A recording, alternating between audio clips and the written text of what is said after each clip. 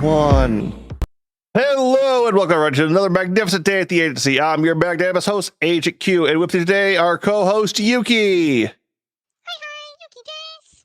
And special guest, Bruce from the virtual world. Or do you have a channel? No, I mean, I do have a channel, but you can just say, I'm just whoever, man. Oh, that's the general bit. But all right, everybody. For those new here, we are going over the summer anime for the year 2026.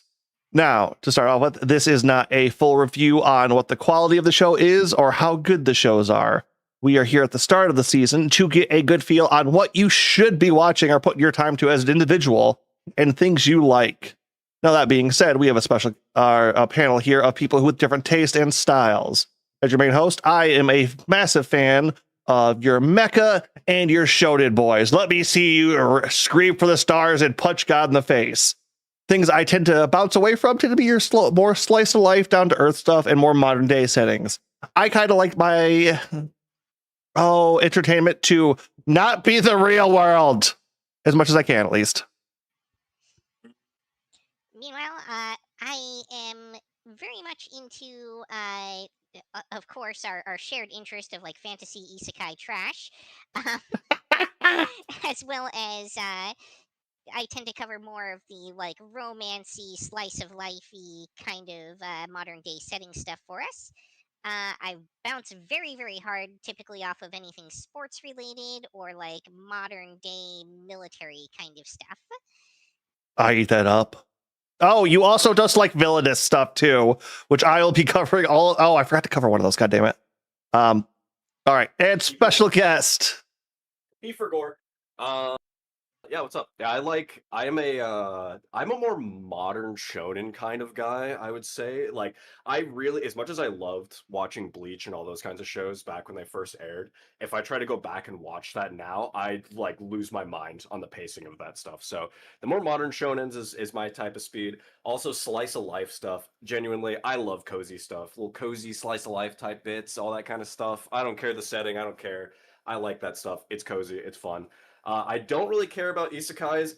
They've just been around. There's just too many of them. There's been too many. I'm losing my mind with the isekai genre. I'm over it. And then mechas. I don't know what it is. Something about mechs. It just doesn't do anything for me. I can't get hyped. I wish I could, but I just can't do it. I just cannot do it. I'm all about the hype. I wish I could. Believe in yourself. Believe in the me who believes in you. It's such a cool premise, but like every time I watch it, I'm just like, man, I don't care. I don't know why. Something about it. When this is done, I will recommend and introduce you to a mecha you would probably enjoy. If I don't, I blame you. That's generally the premise everyone I talk to goes with. So, but all right. So what we will be doing for this show is we are going over the new shows. What that means, any show that is a sequel, a prequel, or a spinoff is not covered in our listing. The things that do make it accepted to this are full reboots from the original source material, starting from the beginning again. We've seen this recently with Ranma and Fist of the North Star. Trigun was, I believe, was like the season before we started, if I remember correctly. Sure, it's not this season. That was just another example to pop my head as you said that. Yeah, although different premise with that, which one of the reasons we go over that. The other caveat to that rule is that we've kind of adapted is shows in the same series that are not connected. Things like the new Digimon or Gundam series, which do not have a direct connection to any of their previous material and are just using the basic premise or the name, have been let in. If we do find a connecting point to the previous material, we do not count that because we are stretching our own rules and pushing that. But hard lines do have to be drawn somewhere when everything keeps inching closer to each other, right? And also the sheer amount of anime that has been coming out, as we've mentioned a number of times. Somehow every season has more anime than the season before it. I don't understand how we're almost at 50 shows this season. And once again, this does not count sequels. My God. All right, now what are our rankings, Yuki? Rankings start all the way up at the top with Must Watch.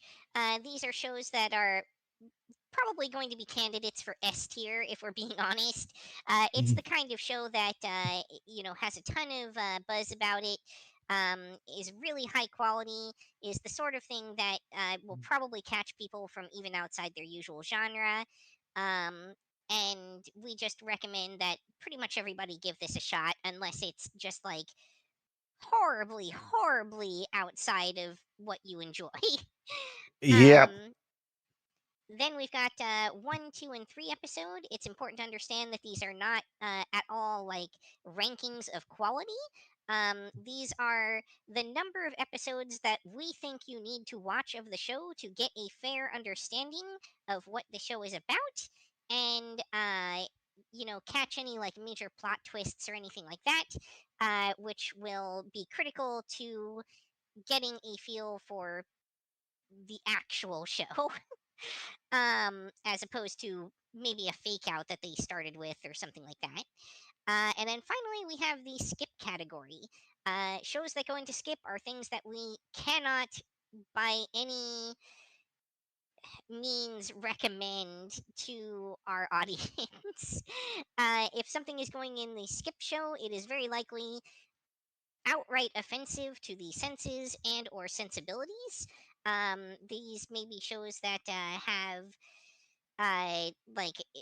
themes that are just not acceptable in current society, or may just be so visually unappealing that they're actually painful to watch. Yep. Now, that being said, for each of these things, we will also be going over the trailer that could be found. I know Yuki been having some more trouble. I think we had to go for the German you were telling me this time. Yeah, so there's a couple where I had to go with either unofficial trailers, or where I had to go with like the French or Spanish Crunchyroll releases of the trailers, because there wasn't a US or English release. Ugh, French. Please, Crunchyroll, just release trailers for your shows. I'm begging. What? You're telling us Sony can fuck up on distribution and selling stuff to you? What are discs, by the way, guys? What? What even is a disc? What is a disc, honestly? Oh, have you guys seen their new digital controller? Yeah, I have. Imagine the buttons. Just imagine that you have buttons. The controller. But don't worry, haptic feedback will make it feel like real buttons. Let's go. All right. That being said, Yuki, what do we got on our first trailer? All right. We're starting off quote unquote strong here with a Studio Gohan's production. Always a good sign. The exiled Heavy Knight knows how to game the system. We're going already.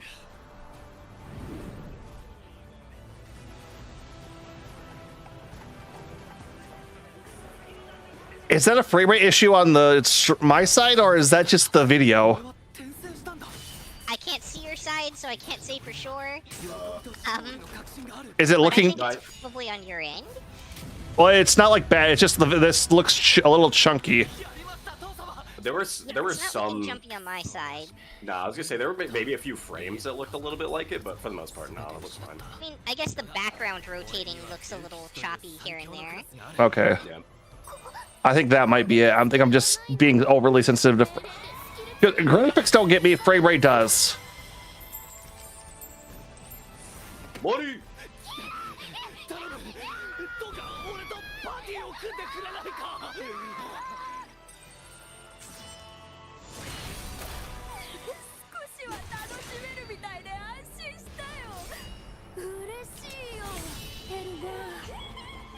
ルーチお前が必要なんだ。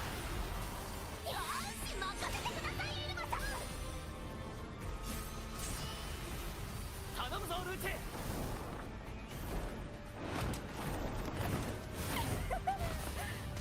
僕が憧れた君とのじゃれ合いだからね。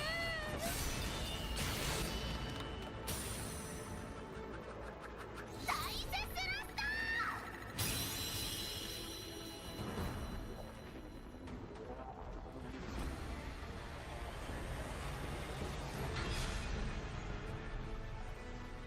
Unrivaled in this. 2 consecutive cores. This is 2 cores. Not too excited. Oh, okay. So this is mine alone, I'm guessing.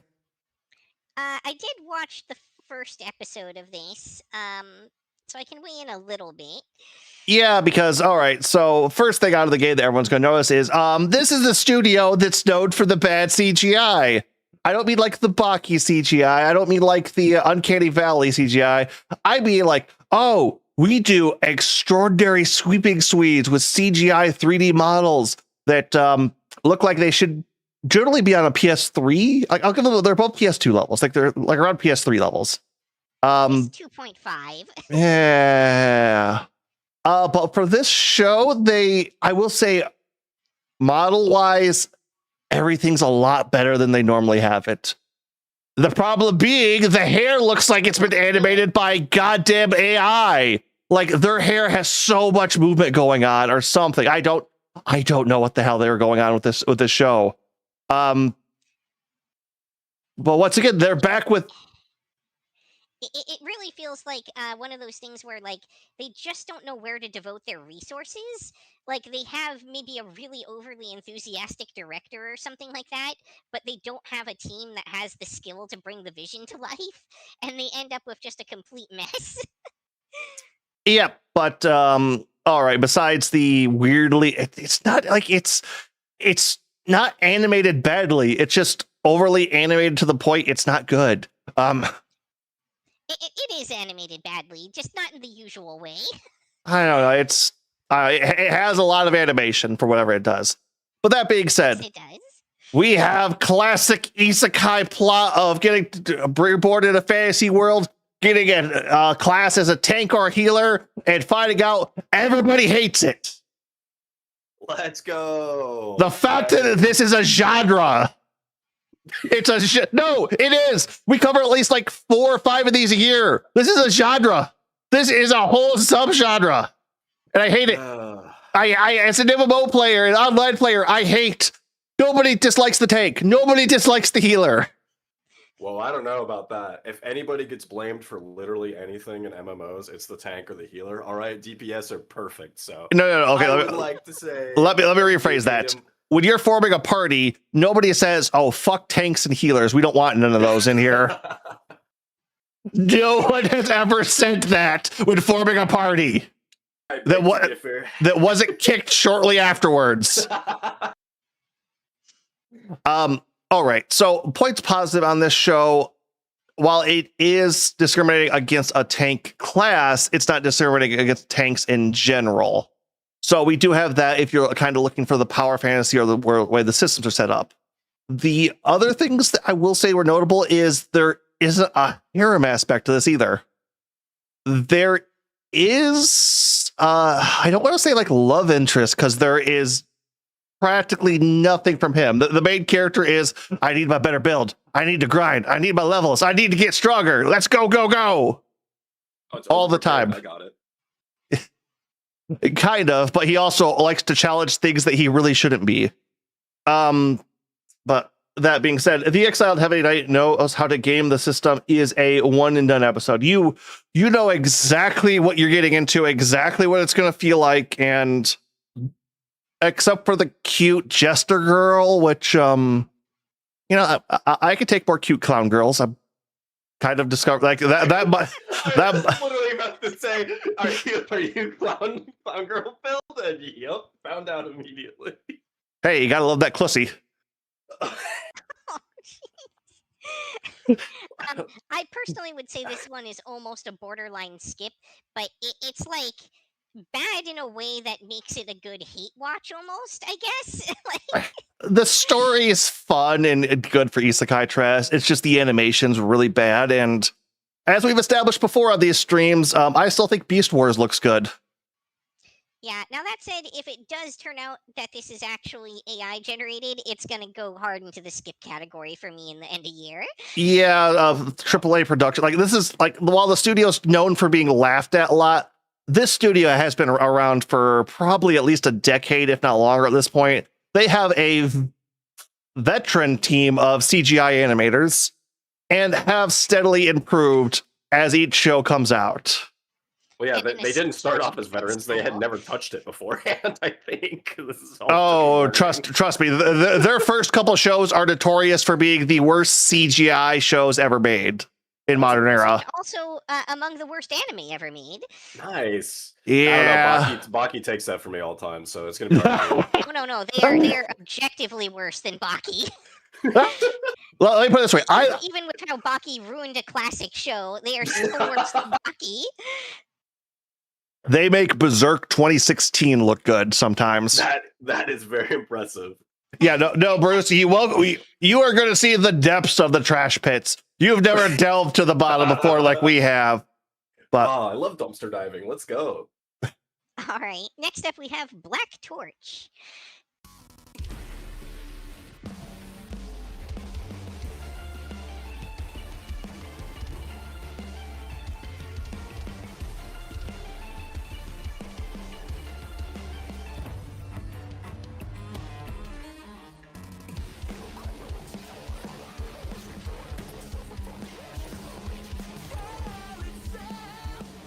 oh yeah, this is exactly what I thought it was.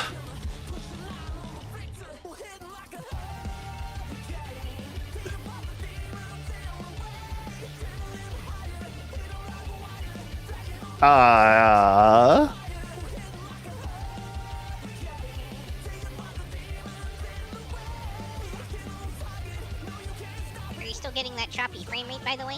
Nope, I'm pretty sure it was the last show. Okay. Wait, does that say Oh, yeah. break down the anime? No, it's an I anime. think. Oh, anime, okay. Bruce, I believe this is the one I gave you. If you would like to start. Perfect. This one is mine, as it turns out.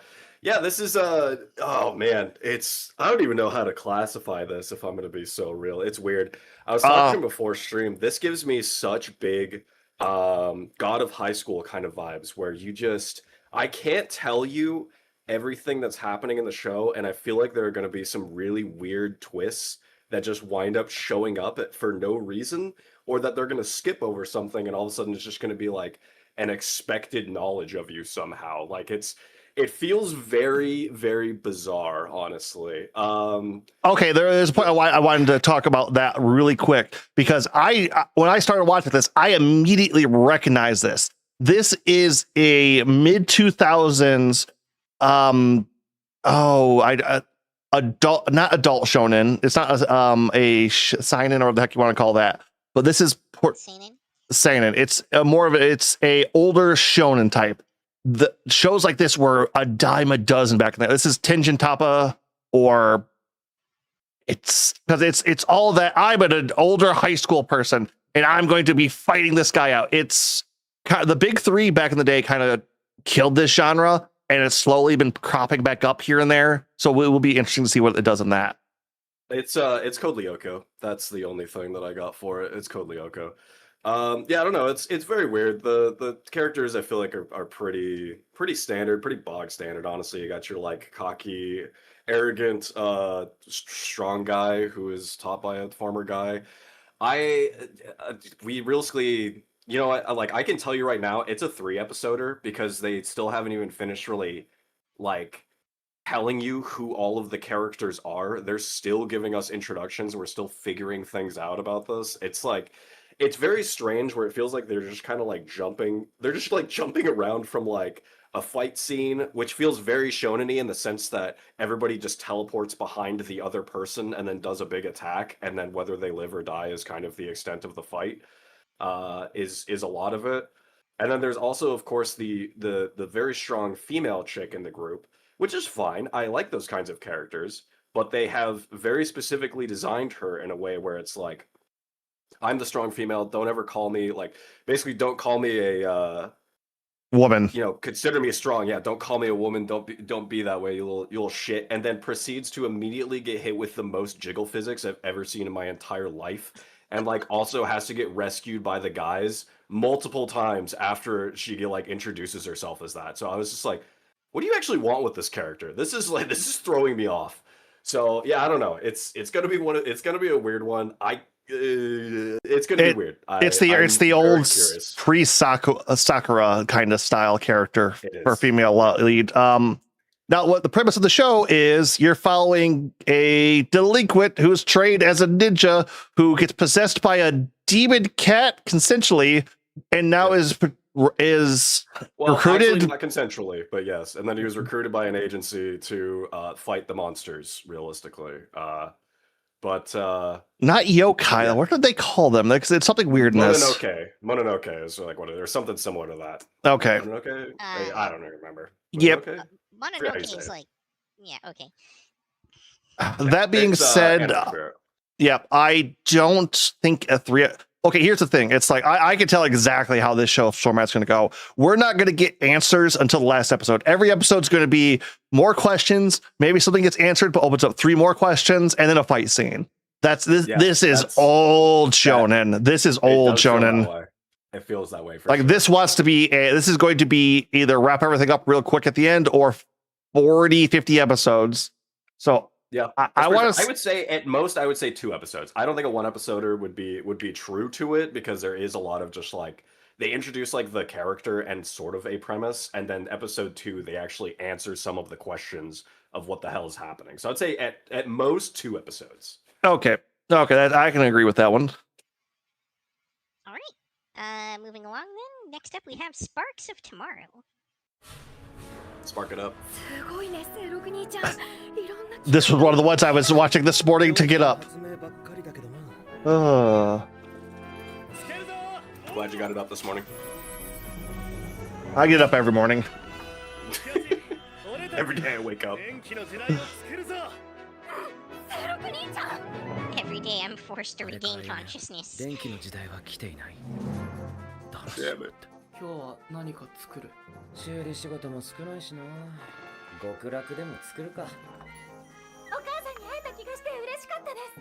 電気だよ。どう使うか知りたいか？知りたいだろう。昨日会った男子が気になって上乗せやったわけ。上の空。見つけたよ。My wife。I'm surprised they don't have a dub for this. みなこお願い。これを坂本さんに渡して。 Probably the best pronunciation I've heard of my wife before.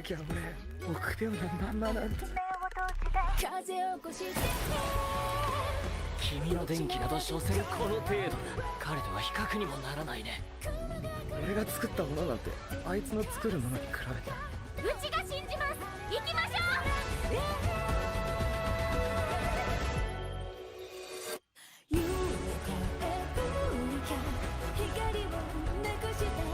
ダメだ、許さない。目録を持って僕から逃げるなんて。陽介様、戦争から帰ったら一緒に目録を全部実現しようぜ。喜八さんが作るんです。ここに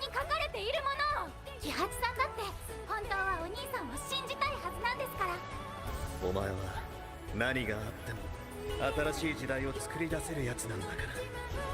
新しい電気の時代。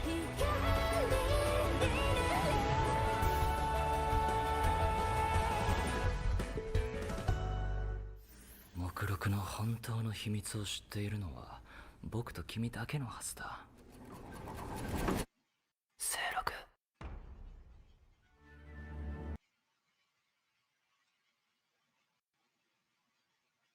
Okay, Spark of Tomorrow. Yeah, this show has stupidly high production qualities for some reason. I don't understand what or how it got that, but it looks amazing. Some of that Netflix money. It does. Yeah, I was gonna say the animation looked really good for me having no idea what it was. I was like, this is good. Yeah, it's a side note. We will also try to cover any show or list off any show that isn't on Crunchyroll, as 90% of these would be normally. So this is our first Netflix show of today. So it taking place in Kyoto Animation. I don't know if it said that. Hey, Azul. Did it say, is it Kyoto? Okay, that explains a lot. So what we have is an alternate history Japan coming out of the Steam Age into the 21st century with electronics.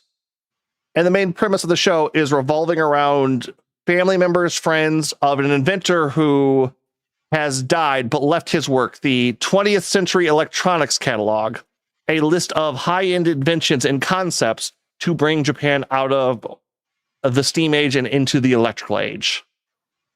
I believe part of the premise also was that they are in a delayed start to the electrical revolution, where the steam technology has been prevalent for longer than it actually was in the real world. Yep, we definitely have a steampunk world going on here. And it is interesting to see that electronics bump up against classic style steampunk machinery. That being said, like we said before, though, animation's amazing. Story on this one, I'm okay. I am a little infuriated at some points on it, not because it was bad, but just because the characters you like to hate are really easy to hate, and I'm really. Because it's like, oh, this is the son from a rich type industrial family, and he's marrying into this one because they're in debt. And he's forcing them because he wants to get his hands on the catalog. You know, different times. I might have to list for some of these eras, but the biggest problem I'm having with this one is how many episodes I really want to recommend on this one, because one episode is not enough to get into this, and even 3 feels like it's how it's unfolding. There's just so much here. You know, I think we can cut the difference. I'd say 2, you have a fairly good understanding of. Nope, up there, please. Of what you're getting into on this one. But I'm going to be definitely looking a little bit more into this one. I'm kind of ashamed because I put this off to the last second and kind of only caught it this morning, and I'm like, I kind of want to watch more of this right now. But so much shows to watch. So many shows. All right. What do we got next, Yuki? Quick note, we might want to pick up our pace on these a little bit because we're at almost 3 o'clock already and we're only like 4 shows in. Yep. It's slightly late start. It's all right. But yeah, we can. Our introductions always take long too, so. That said, next up, I'm not sure the pronunciation of this, but I believe it's Jadugar, A Witch in Mongolia, a Science Saru production. Science Saru! いつか見た B-2 の世界地図。私はその果てまで来てしまった。待て、あの本を取り返したくないか。もう記憶の中にしかない優しい日々をこんな火で焼き消されるものか。捕まるなんて間抜けな子ね。私はずっとこの帝国をめちゃくちゃにするような嵐を待っているの。モンゴルが憎い。私から全てを奪った。許せない。許しちゃいけない。しかし私たちに何ができると。知恵がございます。俺たち兄弟の結束こそモンゴルを真に強くする。順調さ。奴隷ならなおさら法に従え。世界中の全員が全員自分の立場をはっきり割り切れるわけじゃない。軍事力と権威のねじれはきっと不幸な種になると大舞台に嫁ぎ生かされたこの時を待っていたのです。二人でなら嵐も起こせましょう。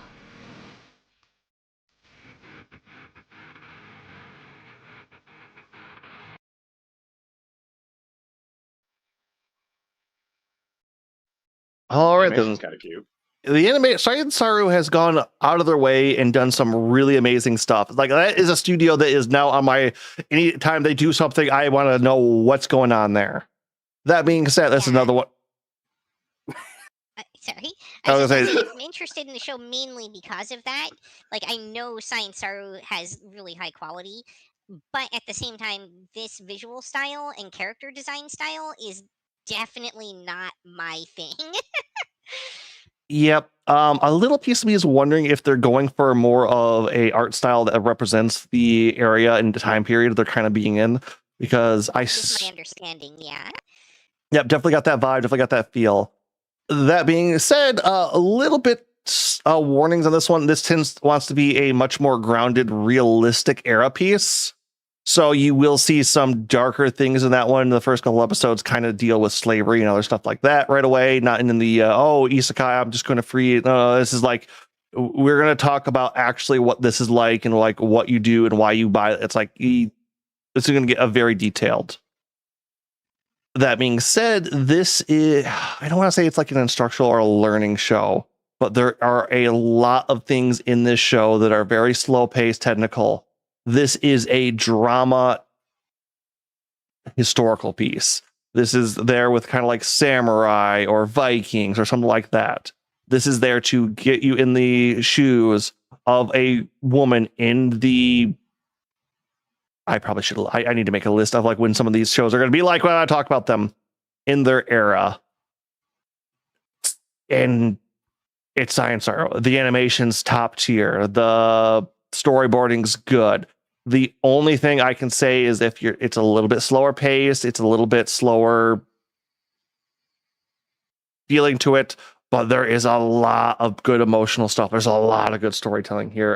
That being said, because it's a slow burn, I'd say definitely a 3 episodes on this one. Just because so much has to be explained to you. All right, what do we got going next? That's interesting. Yeah.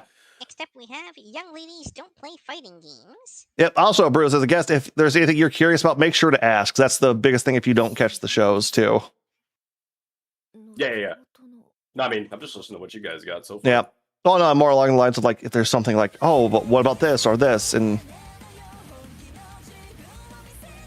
Yeah, feel free to prompt us for info. yep, there's a better way to put it. Yo, that actually was the Street Fighter thing. No, it's literally they Is got it actually the Street Street Fighter Fighter? license. Oh, Yeah, it actually is. Yeah, I was like, wait a second, that was Ryu. Holy they shit. have a real license in partnership with Capcom for Street Fighter 4 and 6. Hell yeah, let's go. Wait, why 4? Whatever. It's the way the story plays out. I was gonna say jumping from like 4 to 6 or something. Yeah, the characters in the show started with 4 and jumped to with- 6. That makes sense. I think a lot of people did that realistic. I was about to say, it's like, why does nobody like 5? I was like, wait, nobody did like 5. Never mind. No, 5 was not the most enjoyed in the fighting game community. All right. Feel free to talk about why. Yeah, there it is. Yeah. So, this is also a Yuri show, if anyone didn't pick up on that. Oh, I did not. It takes place at an all-girls school, and the basic premise is the main character has enrolled in this school after being a huge fighting game enthusiast, and all of her guy friends ended up deciding that they couldn't beat her, so they were just going to start playing like soccer or something instead. Cowards! So she kind of like gave up on fighting games and decided to throw herself at something new, which was, interestingly, becoming the most refined lady possible in Japan.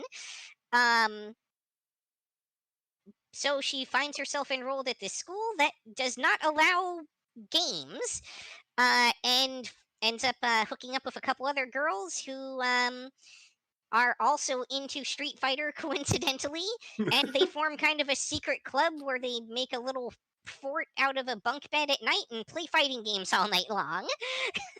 Base, let's go. Yay. This show is extremely technical. They definitely, not only got the real licenses for the game, but they definitely know their stuff. Like, if you're a fighting game enthusiast, this is 100% a show for you.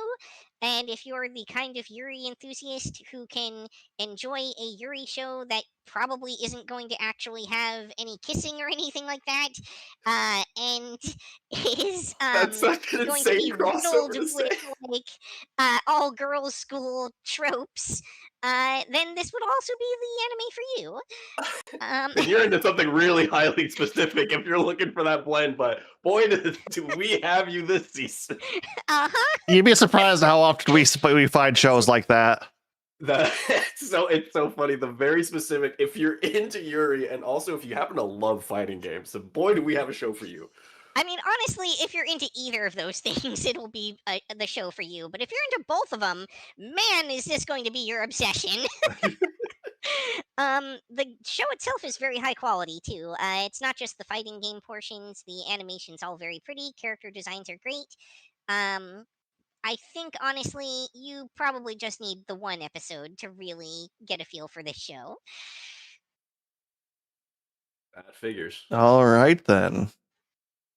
All right. Next up, we have Though I Am an Inept Villainess. I can't miss the Double Sevens Festival. I hear there's going to be a comet this year and a meteor shower. It's a Don't perfect ask me why this is one of the opportunity only for wishes to come dubbed true. trailers. I got nothing. That embroidery is magnificent, Lady Rayreen. You'll give yourself a fever. There is little doubt who he will choose when the time comes. Is the maiden court's purpose to earn the title of Empress? You loathsome accursed wench! Be gone! But how? At the festival, when she came up behind me, did we trade bodies? You've never had to endure the pain of being hated before, have you? Always been loved. It's just not fair! I am at your disposal. Tell me, were you always like this? Are you the real Shu Keigetsu? I believe I warned her if she did so again, she would pay for that crime with her head. Understood, Your Highness. Although I am inept in the way of the villainess, I'll do my best to meet your expectations. Though I am an inept villainess. Streaming July 2026. Why fucking really? That looks a lot better than I thought it was going to be actually be. Unfortunately, Visual-wise, it's honestly quite nice. Yeah, this is like one of the 6 shows that slipped the net this season for me. I think between us, we got I that. did have this down as something that I was going to watch if I had time, but of course I didn't. Yep. Which is going to be the problem here. All right. Why don't we kind of throw these in the skip a lot of the time, but what do you want to do with this one? Because I really feel bad about doing that to this one. Yeah, I don't know where to throw it. I almost feel like we need a question mark category rather than skip for stuff that we You know what? just like let's add this. Let's add a roll. Let's add a roll for this. We can do this on the fly. Like unwatched or something at a question mark or something like that. Unwatched. Because normally the stuff that falls into skip, it's generally because we take one look at it like, oh, this looks like absolute ass. And it generally is. This is just, we're on full overload this season, even with help. 100%. All right. In that case, next up we've got Rich Girl Caretaker. これが崎陽学院。 Hold on. 上位3つに入る名門校。富豪の子女たちが Do you 数 actually 多く need me to 在 pause 籍し Nope, you're good. 総理大臣や有名企業の社長など国の中枢を担う人材を輩出してきた。昨日までの俺はこんな世界とは全く無縁だった。ポケットに入ってた200円。これが俺の全財産。早く車に乗せろ。嘘だろ。 You know what? We're gonna move Rose. 親に夜逃げされ、誘拐に巻き込まれて、俺前世で何か悪いことしたか？ねえ、漏れちゃう。 We'll throw you up mid right. あとお菓子。なんでそんなにこぼしてんの？寝る。いい高さ。無敵か。どうやら娘は望みのお世話係 It's Dio! たらしい。 Dio! マリー樹です。よろしくお願いいたします。 It was I, Dio, all 人前だ along. と完璧だな。 That voice actor is always Dio to me. Love that guy. He's Dio. いつきは誰のお世話係？今の俺はひな子のお世話係だ。ならいい。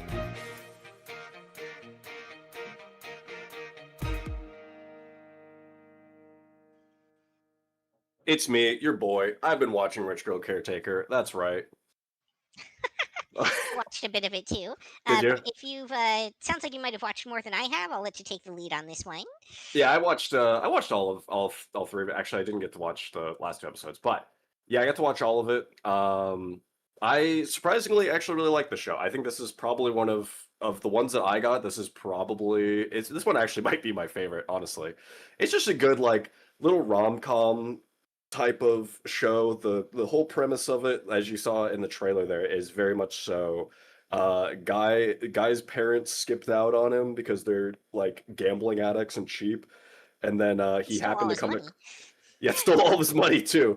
And then he happened to come across a rich girl and he was like gonna give her her wallet back, and then she gets kidnapped and he gets kidnapped with her.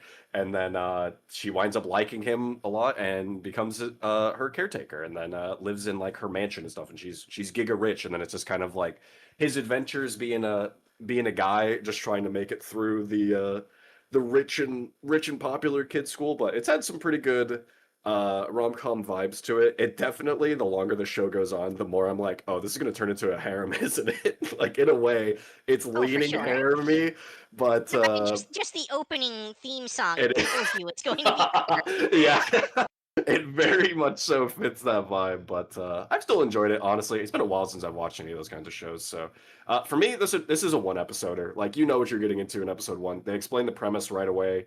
They just kind of drop you right into it, and then it's just kind of like from the rest, you fill it in. It's a very simple and easy show to just watch, honestly.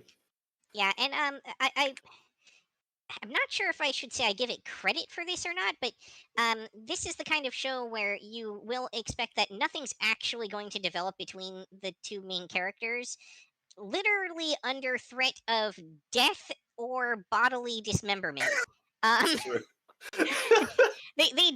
They straight up tell the main character that they will cut his dick off if he does anything with this girl who is sleeping in his bed. True. Also, shout out to Dio. When Dio gives you a threat, you better listen because he's coming for you. But yeah, it's surprisingly fun, seemingly for what it is. So I'm actually pretty excited to see what the rest of it has to offer. But yeah, we'll see if anything actually happens. My suspicion is that she's going to be really into him, but he's going to be too scared to do anything. Oh, I mean, she's already like tried to hint that she wants to marry him in like the first 2 episodes. Yeah, it's so. true. It's true. That did immediately happen. Yeah. That said, also a quick note on animation. It's about what you expect for this genre. You know, it's a little bit above like the like rote par, especially in that they actually bother to like change up the animation style for the characters and stuff a little bit from time to time. Yeah. But it's nothing super impressive. Yeah, it does what it needs to. It doesn't look bad by any means. It doesn't blow me out of the water, but I think it fits right in for like the vibe I feel like that they're going for with the show. I think it looks good animation wise. It's fine. Yeah, it's serviceable. It's serviceable. All right. Next up is Oh Boy, Was I Wrong About Her? はるちゃんどんな風になってた？そうだな。変わってなかったよ。春樹は春樹だった。二階堂のこと狙うのはいいけど、あれは高嶺の花だぞ。俺の前だけ昔のノリって。まったく昔からノリが変わらないんだから。可愛いなそれ。可愛いだって。さきちゃんはもしかして。二階堂さんはいるかい？女子の間で有名な話があるんです。階堂さんの本命は二階堂さんだって。僕たちって一体何だろうって思って。俺たちは俺たちだろ。と僕たちさ、昔のままじゃいられないと思うんだ。 What the hell happened there? Where'd the music go? Where'd the audio go? Yeah, that sounds washed out as hell. What the hell? I don't know. This is one of those like unofficial Yeah. trailers though. Like Yeah, it it's, is. it's the official trailer from an unofficial source. So it probably has to do with that to keep from getting copyright struck or something. I guess. Oh, it was copyrighted music, probably, so he had to use it. Oh, I know exactly what that is. Oh yeah, probably they It was- edit the audio. It's YouTube's automatic one. That's what that is. That's why it sounds so weird and cut. Oh, so this is what that sounds like? Copyright. Yeah, it just cuts the audio like this. It's very weird. I've never Everything sounds bothered to like go it's back and underwater. listen to it. Yeah. Yeah, I've been back and looked under it. It sounds very underwater. Anyway, hi, it's me, your boy again. I am also watching. Oh boy, was I wrong about her? That's also on my list. So am I.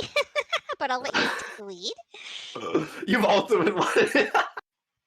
Anyway, oh boy, was I wrong about her? Very classic childhood friend becomes a cute girl, and you re-encounter her after you lived in the farmland for God knows how long, and you re-encounter her Specifically, later childhood friend that was mistaken by everybody as a boy. as a boy. That's right. And then now you're like, oh wait, she's actually a cute girl. So yeah, I don't know. It's the other premise is that she prefers to be that like rough around the edges farm girl, but she doesn't. She like puts on a fake act to try to be more proper, I suppose. But yeah, I don't know. I feel like I don't really have very many notes She's for this. masking for sure. She is. I feel like I don't have a ton of notes about it. It felt very bog standard animation wise, like everything wise. It felt so bog standard. Like this is another one episoder to me because you know immediately what you're getting into. Literally, they introduce the characters. You see her in the classroom, and I'm just like, "Yep, I know what this is." I don't know if there's going to be more that develops later, but for the time being, this is a one episoder to me. I don't know about you, Yuki. Yeah, I think that's probably accurate. I will say that this leans like so heavy into this particular like tomboy metamorphosis trope that it could just as easily be mistaken for or used as an analog for like the trans femme experience, which I found interesting about the show. That's But true. yeah, other than that, like not a whole ton to add there. I do like the relationship that like the character has with the sister of the main character as well. I think that's very cute. But yeah, probably one episoder. Yeah, I don't think you're not going to get a ton of surprises in this show. I agree. And with that, we have up next Goodbye, Lara. 人間に会ったからってそれでどうなるの？人間にだけは近づくな。これは重大な掟だ。わからない。本当に人間って醜い生き物なの？私、本当の愛を見つけたいの。人間と結ばれた人魚なんていない。それでも人間をあなたを私愛してしまったの。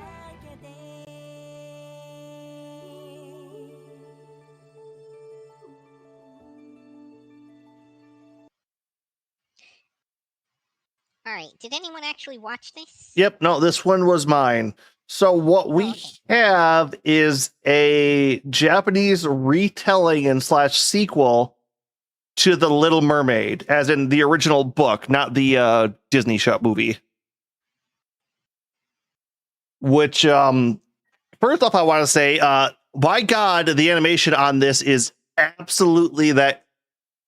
Oh, what would you does anyone here better describe like that Disney storybook style movie animation that anime used to have like in the 90s and 80s? Oh. Like I don't I'm have a word for it, but I know what you're talking about. I would say I know what you're on about. I don't have. Yeah, I got nothing. yeah, I was trying to figure out a Official better word. way to describe that. It's for some odd reason Sega keeps coming to mind for some reason, and I don't know why. Get Sonic's feet out of your mind. Yeah. Come on, I'm an egg guy. But go Billy Hatcher. Egg. That being said, so animation and it manages to keep that like movie level. There's a lot of things that have movie level quality this season. It's really weird. That being said, we besides that, we get a secondary fish out of water because while the whole premise of the Little Mermaid getting tricked by the witch, going to land, falling in love, getting turned on by her lover, and then turning into sea foam is the first 5 minutes is a recap of the original book. Which we get, yep. Which, you know, it's kind of interesting to see somebody take off the original story, not the Disney bit on that one. That being said, then the story fast forwards to her getting reincarnated. Let's go 400 years later. I want to say 200, 300 maybe. 200, I believe it was. Okay, yeah, into modern day Japan, where she has to find her true love this time to help save all the other mermaids. And, Oh my god, it is an isekai.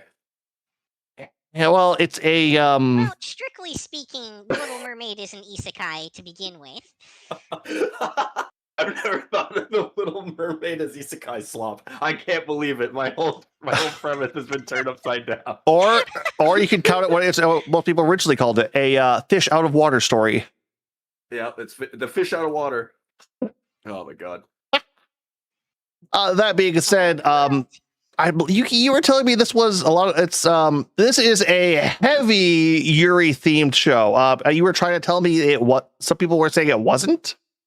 Yeah, apparently there's a section of the community that is vehemently insisting that this show is not a Yuri show, despite the original creators outright saying it's a Yuri show, and it having all the hallmarks and tropes associated with a Yuri show, including, but not limited to, a box cover that has the two female leads together, hands intertwined, with a foreground of blossoming, shining, sparkling flowers.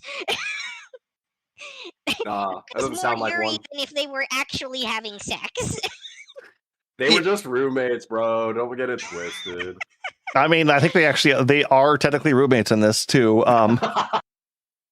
But yeah, no, it's a very interesting dynamic. Both characters, the mermaid princess Laura is shy, doesn't know what she's doing, incredibly inept at most things she does, and it has that kind of cute, clumsy goofball feel to it.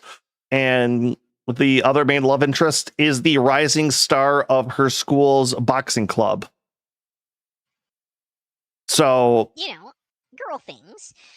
I mean, it's doing the tomboy goddamn trope right in a more modern day. It's like, no, she just doesn't like the flowery stuff. Someone has to be the top in the relationship, okay? It's not gonna be me. But that being said, I think we have another 2 episode 1. Episode 1 is a lot of backstory set up and premise. 2 is where things start really rolling around. Not the girls yet, but I will say that the one other interesting aspect is the evil witch is the pet fish of the love interest in this one too. Because yeah, a little story going on, but it looks like maybe some of the stuff going on screwed her over too. So, All right. Well, next up we have Love Unseen Beneath the Clear Night Sky.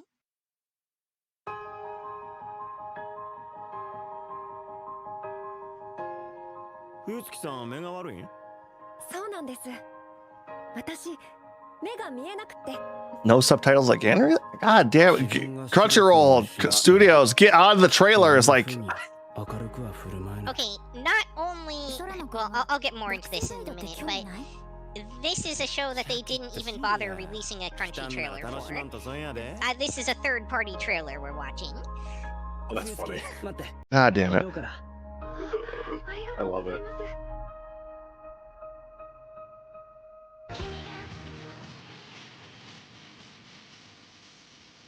白杖が倒れた時、なんとなくまた空野さんが拾ってくれる気がしたんですよね。冬月の見ている世界はどんな世界だろ見えた頃の記憶とか癖とか結構残っているものなんですよ。う。見えない冬月 I の見 assure てい you, る世界 I'm は doing my best here. 僕とは違うんだろう。 Yuki, I appreciate you. I thought you should know. Yeah, no, you do good, Yuki. I get mad at the studios, not you. Yeah. Hey, it's me, your boy. I also have been watching Love Unseen Beneath the Clear Night Sky. Fancy that. Me too. Wow, crazy. I probably should have coordinated a little bit better with you to get these right with him too. Probably. I was going to say, what the fuck? The list. We're about to say, what the fuck? We're watching all the same things. Yeah, which I think I did send you the list of shows I sent to Bruised. I'm gonna double Did you take that on? Did you take that on as like the list to instead also watch? That'd be funny.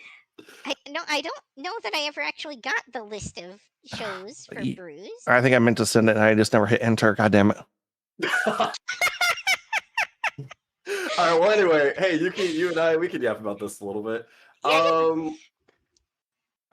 Man, this is, I guess it is a drama. It's so strange to me. Okay, I very quickly, I have to talk about this because it was one of the funniest things to me. And maybe it's just a thing because I'm American and this is so much more normal out here. Anyway, the main premise is the main love interest, the main girl, is blind. And so it's eventually about this kind of listless guy who like doesn't want to really draw attention to himself, and he's kind of a loner, and he's kind of socially awkward and stuff. It's about him like kind of working up the courage and starting to like help her and like talking with her and all that kind of stuff, and they go out and do stuff. But one of the things that's really funny to me is she calls herself visually handicapped in one of the episodes. And he goes, wow, she can just say she's visually handicapped with such ease. I could never tell anybody that I was raised by a single mother. And I was like, that's your holdup, my man? That's your holdup out of everything? Like, she's literally blind. Why are you in your own ass so hard about this shit? It's actually insane to me. But that was something that just made me laugh because I was like, that's just not that just doesn't matter out here. Like, you can just say that anytime and nobody will blink an eye. No, that's a very much Japanese culture thing. Like even showing person that like you'll see like a lot of video games stuff. If you're a Dragon Ball fan, if you see like the Future Trunks arc where Gohan's supposed to be missing an arm, they have to put the arm back in because having a character that has a missing limb is considered to be too mature for video games. That's so weird. Yeah, it's strange. It's kind of interesting in a way because they do also show like a lot of the ways that like Japan has technology or like ways to help people who are blind and like kind of like put you into that perspective of somebody who's blind but did initially have sight. But yeah, I don't know. It's one of those shows where it's like sometimes I can't tell how the show wants to take itself. It's listed as a drama romance. I get the romance part of it, and I have not got like literally any of the drama yet, but I guess that's just because it's the first couple episodes. So I don't know. Well, part of the drama is actually like the internal dialogue introspection going on within the main character all the time, I think. Yeah, it is. I think so the drama too. isn't an external drama, it's an internal one. He's fighting himself. Yeah, and with that in mind, he's pretty autistic coded when you come down to it. And you know, he's definitely wrestling with a lot of those like kind of internal demons, and clearly has a lot of trouble adapting to like the way he's supposed to act in culture, and you know, puts a lot of his effort into maintaining a low profile, partly so that he doesn't have to do that as much, like trying to mask as little as he needs to. So and I think that's relevant to like the part about the single mother thing as well. Like it's just a matter of like he would have that much trouble sharing anything that was like an intimate part of his life with somebody else, or that could be you know, misconstrued or looked down upon by society. But that aside, animation in this I want to touch on briefly is like probably slightly above par for this kind of show. It's good. It's decent. The backgrounds in particular are very detailed. But I want to point out that Crunchyroll is committing kind of a sin here, in that, as far as I can tell, they are releasing this show that is very much a like blindness, visually impaired representation show, and they are not dubbing it for that audience. No, that's true. I didn't even think about Oh, god damn it. It's so true. I didn't even think about that. Please, Crunchyroll, get your shit together. That's so funny. I didn't even think about it. Oh my god, you're so right. You're so absolutely right. They Ah. don't. Very Can't funny. see, can't read subtitles, Crunchyroll. They don't have Braille subtitles yet, dude? Come on, give them the technology. Haptic screens, they're coming. Sony's going to make them. Watch. Yeah, let's go. All Sony. digital Thanks. subtitles. Sony, who also owns Crunchyroll. All right. Yep. Sorry. I guess realistically, probably another one episode. I think they very quickly just kind of throw you into it. They introduce it very quickly, and you start doing stuff. At most, it would take 2 episodes just to like. The first episode is just so much about like the initial party where they meet. Second episode, you start to really get more of a feel for them actually interacting with each other. Yeah, I guess that's true. You Also, could put her too. That's probably better. I'm going to throw this out there. I am 99% sure at least the second time that she knocked over her cane, she did that on purpose. Oh, I'm also very certain that was the case. She's already so into him. They've had like 2 interactions by that point, and she's already so into him. I was like, okay. All right, next up we have the Insipid Prince's furtive grab for the throne. UK, swear to God, if you've watched my other show, by the way, we're gonna fight. Coming down your way. I mean, you did list off one of my genres, so. That is true. You know what? That is very fair. There's only room in this place for one /life enjoyer. Now. Oh. Okay, if I turn that on. Okay, at least you Yeah, put there we some go. subs there.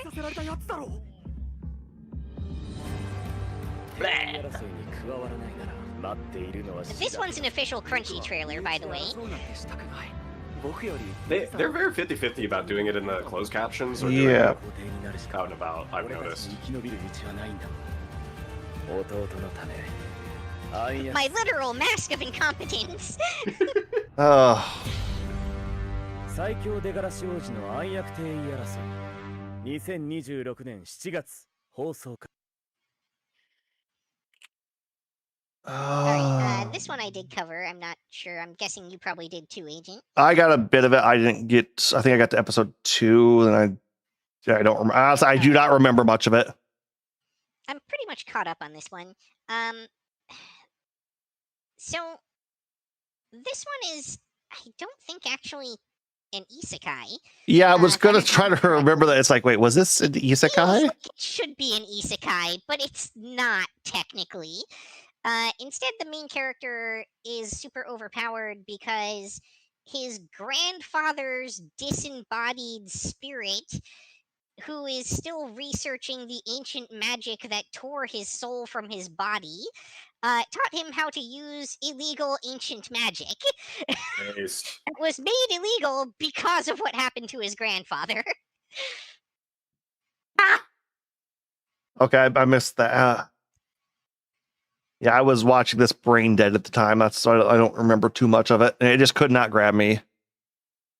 Yeah, this is just like your pretty bog standard fantasy trash. I don't think we need to say a lot about this show. The animation's nothing impressive. The plot is nothing impressive. The characters are nothing impressive. It's probably a 1-episoder. Yeah, that's what I was kind of getting on that one. It wants to be edgy, like it wants to wear the coat of the edgy dark fantasy shows, but it's not realistically. I mean, the main character is very edgelordy, but the show itself is not edgy. Yeah. All right, next up we have the world's strongest rear guard. It's the problem with the Somebody mid. can protect my ass. Oh, is There's this no another protecting closed her. captioner? It's true. Have you seen how big it is? Look at that. Look at that Discord picture right there. Sheesh. Yeah. Bling. そうか支援する支援防御支援防御させるか支援防御 Did you just wear a suit the whole time? Yes, he does. Oh, it's in Battle Gear and pose in his suit. 俺はやっぱりあの時死んだん What? だな Okay, here's the thing. God Actually, damn let's it. save it for a minute. Oh, Wait till after the God. trailer. Yeah, we try not to talk too much about the shows during it because these trailer bits get cut out more often than ま not. だ実感がないけど私とパーティーを組んでくださいレベルが上がっててスキルポイントが増えてました女のリザードマンだパーティーを組めばうまくやっていけそうなのかがはっき Hey, り well, Lizard Man, is there going to be a whole season dedicated to とりあ watching え them ず bang and then die のんびり instantly? やっていく体制を整えたいな What? That's Overlord speak. Oh yeah, no. Season. Yeah, okay. I was like, Season 2. I was kind of thinking it, but yeah. Anyway, Alright, so with regards to your earlier question, basically people are just being like mass isekai'd into this world. Like he's part of a whole busload of people, including his coworkers, that all die. On a and they bus. just like they just throw all That's of them true. into this isekai world at the same time. And he's the only one of them who just stays dressed in a suit. The rest of them all get like proper gear and shit. But none of them- weird. Oh yeah, no. This is bog standard isekai, overpowered. harem. Yeah. Definitely can't forget the harem. Yep. The only thing I'm giving this credit for is it doesn't go through the trope of, oh, hey, you're playing a tank or a healer? Well, get fucked. Who wants those in a party? Which, once again, I hate that trope. I hate that trope so much. I do need to throw out there as a content warning, the main character, the guy, does technically get essayed within the first couple of episodes by his harem. Oh, cute. Yeah. And he owns a slave. A willing slave, but a slave nonetheless. Yeah. Yeah. Consent is all that matters, I hear, anyway. So. Uh, And she doesn't have a soul, technically, so there's that for whatever that's worth. or can speak.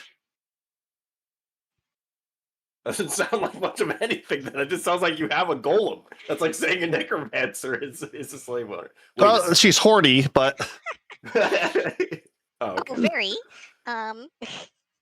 My girl. Next up, we have Hanaruri-san, I think. I don't know how to pronounce it. Still wants to fight in the next life. uh, I think it's Hana-ori. 俺の名前は鳴神流星元異世界の魔王だったが現世に転生した speaking of Overlord, 神人間働 Yep.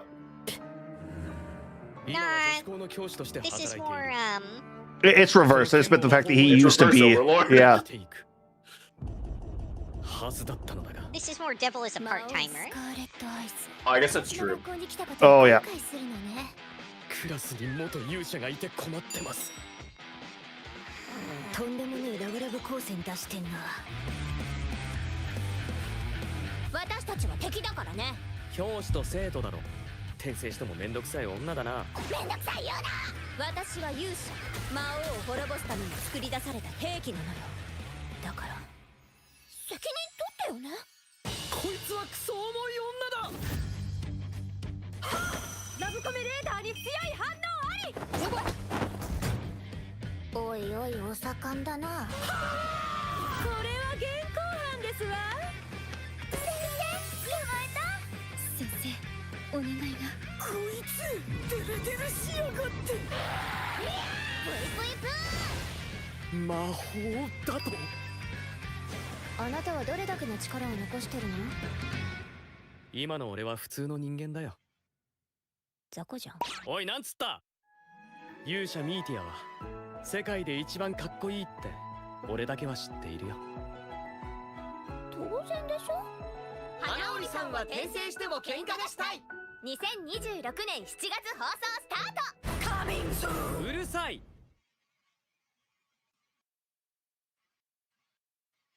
All right, is this just a mine?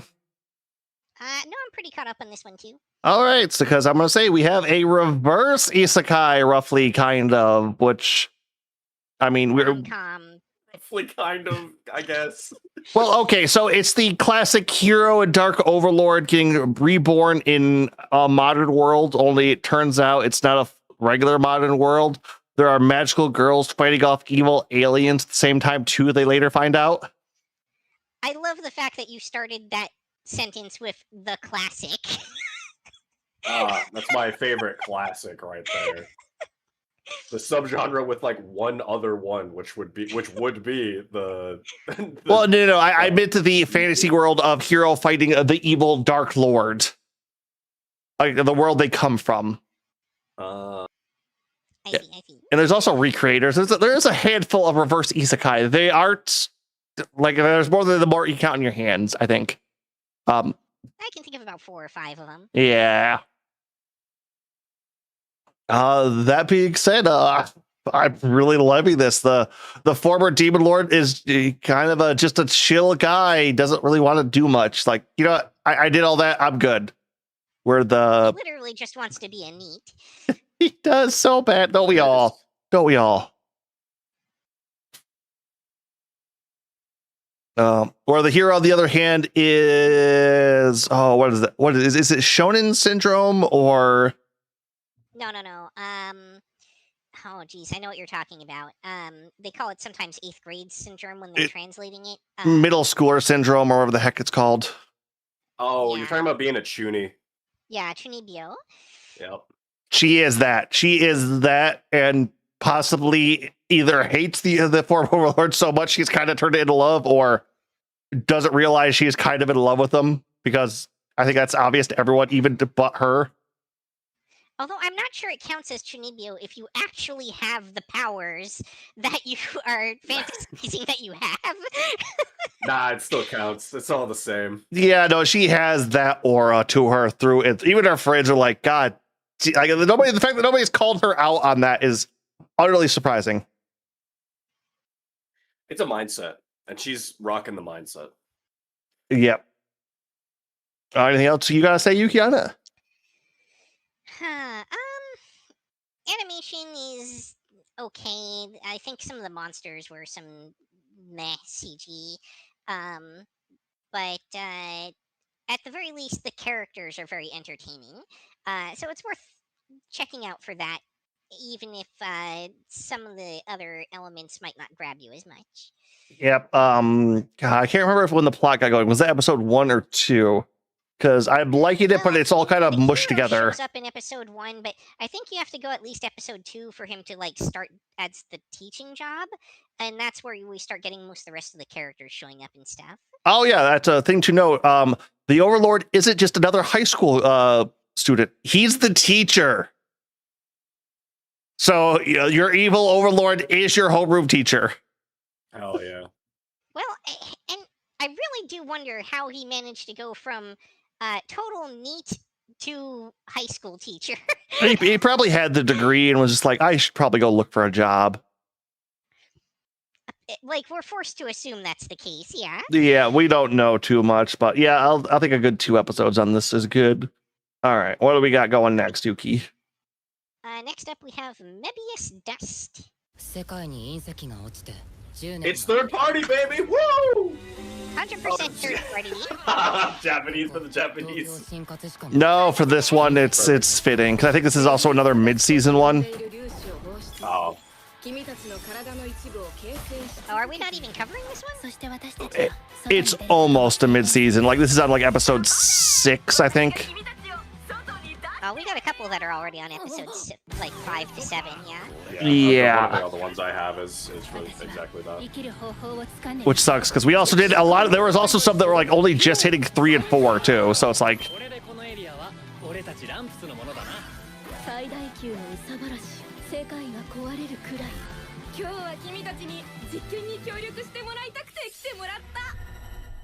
Yeah, the seasonal release schedule keeps blurring more and more on us. どうして荒木はそんなに外に Anytime people are like, I'm watching this, I'm like, that was this season? It just feels weird. Not expecting things to just start up. 荒木のことは僕が一番分かってる勝敗はゲームで決めよう負けるつもりはない Oh, it's one of my favorite shots in anime when they zoom in on somebody's eyes and they like fish lens out. どちらかのチームが全員倒れたらそのチームの負けだ速さだけじゃ勝てないね私の力も思い知れこの後も監視しておいてくれ。お前の能力はお前にしかわからない諦めたくない見極めてこい自分の思い通りに生きてみたいだからついてきてだから走るもっと先を今までよりももっと早く一番早くいいデータ取れましたか？これは一気に研究が加速しますよ One of you gamers. All right, so you remember how I was saying, like, what was it? Black Torch felt like a 2000s older shonen. This feels like a 2000s younger, like mid-age shonen. This is another show closer to S. Cryed, K, or possibly Air Gear. Oh god. Yeah, there was one that used to air on Cartoon Network that this felt a lot like. I can't remember what it was called. But yeah, so you have your classic, oh, this big disaster happened. This area of the city, these certain areas are closed off. People still live there. And if they live there, they develop powers, but are outcast and can't leave. But they've formed gangs that compete for territory. But it's friendly. It's not violent. It's... I was trying to describe the generic setup, but it's like that's really is the plot to this one. It's so generic because it's the upcoming team who has the kid who doesn't feel like he's good, but it's really a closed ace. And he just has to get confidence in himself, and everybody's got their unique individual power, but there's the shady research organization that's manipulating them and giving them things. But there's also the secret dark team, which has all the crazy powerful people who are extremely violent. And God, I feel like I'm describing like 6 different shows right now that I've seen before. I also just felt like as soon as you started describing that, I was like, I've seen so many shows that could fit that title, man. Yeah, and this is not doing anything good. It doesn't help that the main character, who's like the really good ace and all that, his power's precognition. He's bruh. Well, it's like when you're up against the guy who has like the finger guns, or has like the Medusa hair, which not the snakes, but the control hair. Taught us anything? It's that being a new type is a huge advantage. True. Yeah. So, just because I'm looking at this, and I'm sorry, this is gonna be a break of it, but looking at just watching Yuki's screen, like in their stream, the top video on her right side just being fat, loud, and very opinionated is so funny to me. While we're talking about all of these anime shows, just looking over and seeing that video just fucking got me, dude. Yeah, the audience can't see that. They can't, but it was just so fucking funny. Yeah. Like, yo, it's me. Let's go. Yep. So Little peeking behind the curtain there. Oh, sorry. Anyway, we can move on or whatever. That's Yeah. No, that's what I say is that's kind of the problem I'm having with this one. This isn't offensive enough to be a skip or anything, but this is the B grade show from the early 2000s that everyone kind of like, oh yeah, I remember that. Was it any good? And yeah, like I said, everything, my mind always goes into was it Tenjo Tango? Like that's the one my brain always goes back into. I've never even heard of that one. Oh, I will send it to you later. But all right, what do we got next, Yuki? Because this is one. You know what you're getting right off the gate here. There's nothing deeper, guys. All right, next up we've got Victoria of Many Faces. 27歳の今までハグル王国の工作員として生きてきた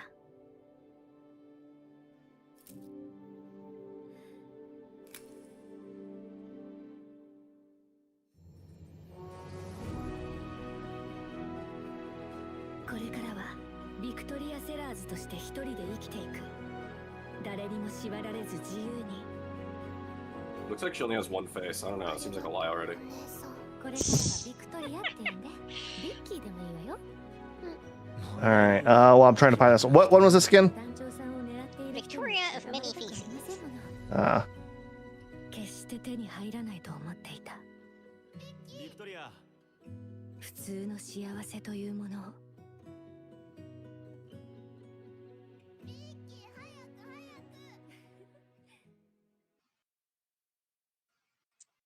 I did not get a chance to watch this one. Did anybody see this?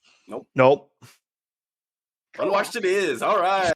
Yeah, but unfortunately, there is stuff slipping between. Also, Yuki, I did send you a little cap on that one for what the show I was talking about was directly. I did see that, and that character style looks very familiar, but I don't believe I've ever seen that show before.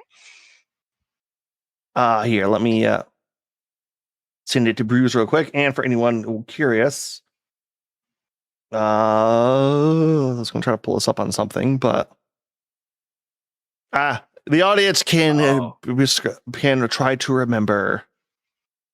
But yeah, I've never seen that, but those characters look like some of that. That is like such an era of characters right there. Yep. All right. All right. Since we're skipping that. Next, we've got the Oblivious Saint can't contain her power.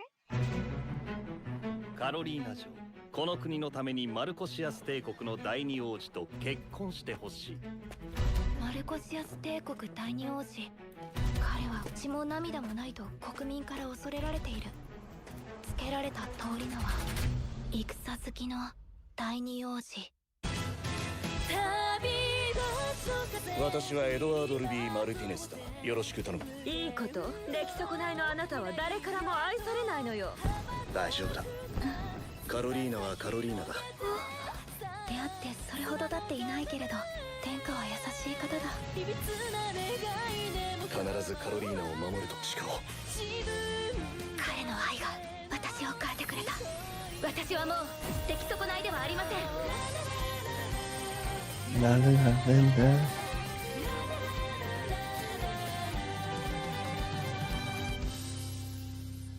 絶対に幸せになってさせないわ。I feel like there's an increasing, like, trashy romance novel genre within anime lately. Oh, yeah, no, this is a not isekai, but fantasy show of the somewhat Cinderella style. Hold the thoughts up, you're both having about that. Show of, oh, I'm a noble woman, but I'm really not good at anything I do, or I'm really weird, something like that. Then also finds like the weird prince, duke, or something, who also sees, well, how good she is, gets along really well, and kind of comes out of her flower while also discovering the sacred superpower that only she has. Yeah. It's very much like a middle school girl's fanfic self-insert. Yep, which we've seen quite a few on the later seasons recently. Like, it's not become repetitive enough. I'm like just rolling my eyes every time I see it now. But it's one of those, oh, hey, it's this one again. Like, they always have like silver or gray hair. They always have like deep blue or ruby eyes. It's like they even have like the character type down every time, and it's just a little weird. But I didn't actually watch this one myself, so I don't know where to place it. Yeah, I will say episode 2 on this one, because you don't get to meet the episode 1 feels very Cinderella-y in the sense of, like, discarded noble. You meet the prince in the second episode. You start seeing what's going to happen. You start seeing the plot that's going on, what's going to bit. And it very much feels like, oh, this is going to be into this show, because it's going to be, oh, her powers were so good just by being around in her kingdom. It was keeping like all the monsters at bay. The crops were growing better. It's like, she is just such like a vessel of whatever their nondescript god is, that like he blesses the kingdom, the area she lives in. Worship the ground she walks on. Yeah, well, they're also trying to be a little bit political And it's like, oh, why does everyone like hate her? It's because her sister is the better at core, and it's like why does her sister do this? It's like, because their mother died giving birth to her, and she hates her for that. And it's like there's a lot. The details of these shows are always what make them stick out, and this one so far has had some really good on what they do for that. The world's better thought out. The relationship everyone has is better thought out, and nobody just feels like, oh, it's just because, or oh, it's everything is building off this one. So it's generic, but it's that refined good. Like it's like you bought the symphony bar, not the regular Hershey bar. All right. So next up we've got the Ogre's Bride review. Ogre's Bride? I think this one's really just the Ogre's Bride. I don't know why they put the word reveals in here. That's what Crunchyroll has listed as the Ogre's Bride.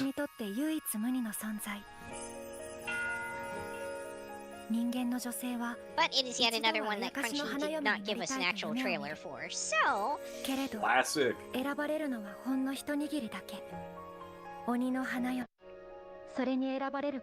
there we go. Oh, music kicked in there. It is copyrighted music. All right. Hey, that just means we're not going to get slapped with that copyright at the end. I guess that's true. Hopefully.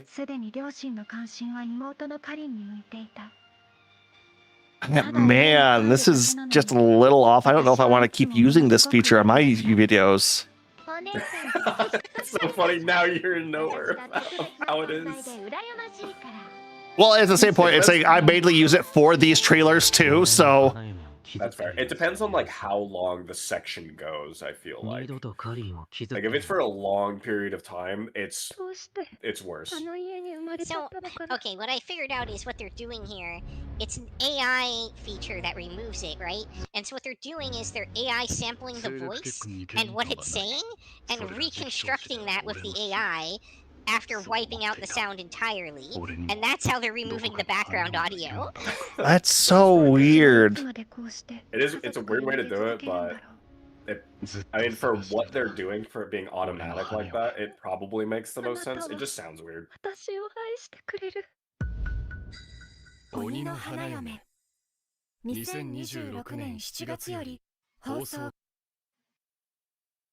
Did anybody else get a chance to watch this one?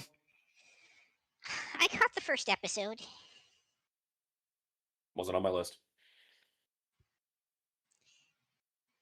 Animation-wise, it's like the character designs and stuff are pretty alright, I guess.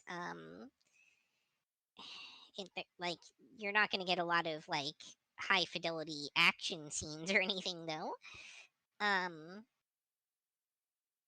This is The Story of a Girl? Technically. I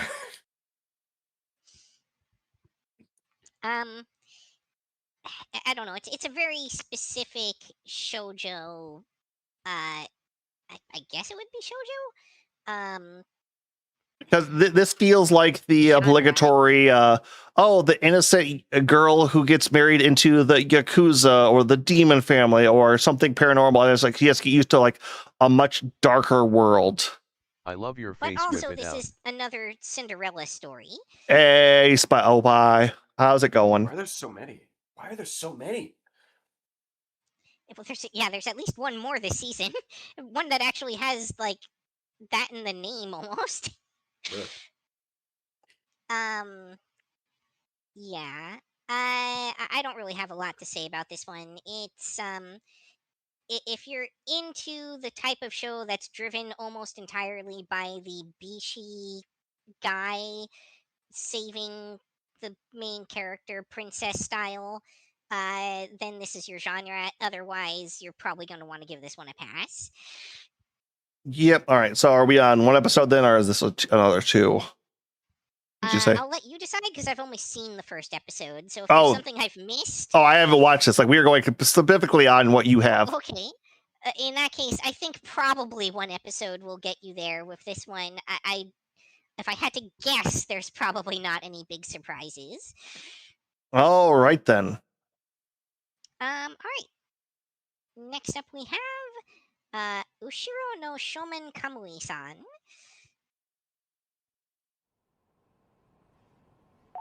Wait, what? I'll get it. Did this I'll get it. actually air anywhere? This is on our list, right? Yeah. Well, I think It might have a different name. yeah, I think it has a more localized name. I tried to change all those up to their. Well, no, I couldn't find any trailers that actually had the localized name on the trailer.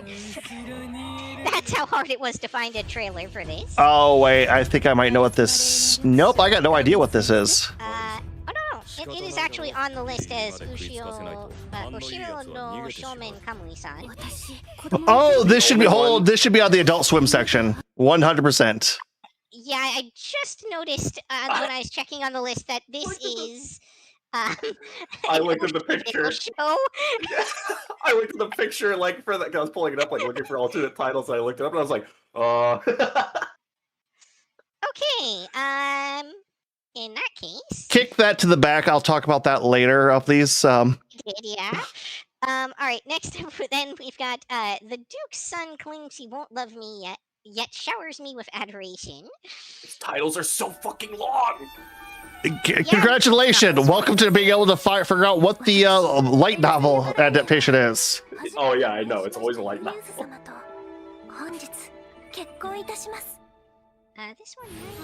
yeah, there we go. Yeah, no, that last one, the minute I saw the main character, it's like, why does he look for? Oh, right.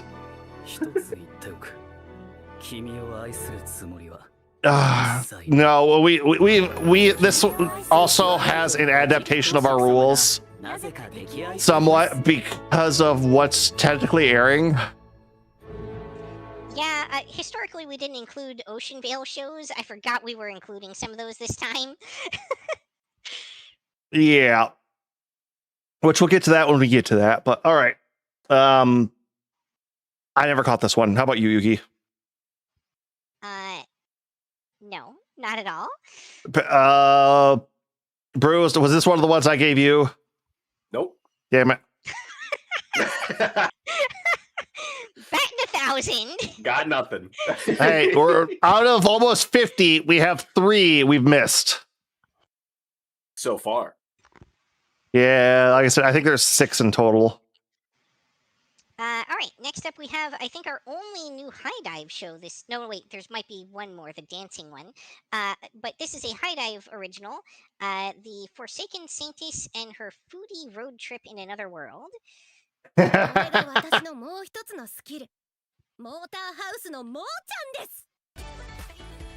right, so it's one of these then. This is at least the second anime we've seen with a magical camper van. Cooking anime, let's go. But these are also becoming more common. Oh yeah, the cooking / isekai has emerged as its own subgenre for sure. Shout out to the vending machine, by the way. As well as this is the 3rd magical camper we've seen in a fantasy show. I don't remember one other one, but where there's the one where the guy he's the isekai and his power is Amazon delivery.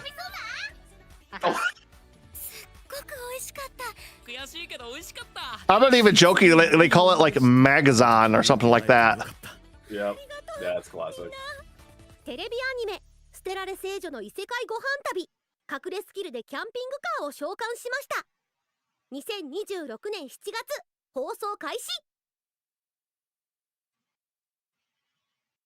All right. Did anyone else catch any of this one? Nope. Nope. Okay.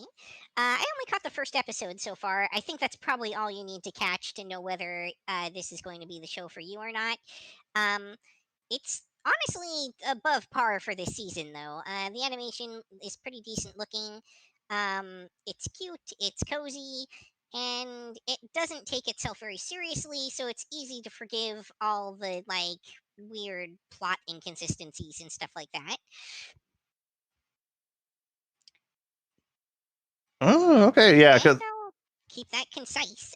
Yep, it looked very much like isekai. All right, fantasy creatures and food porn.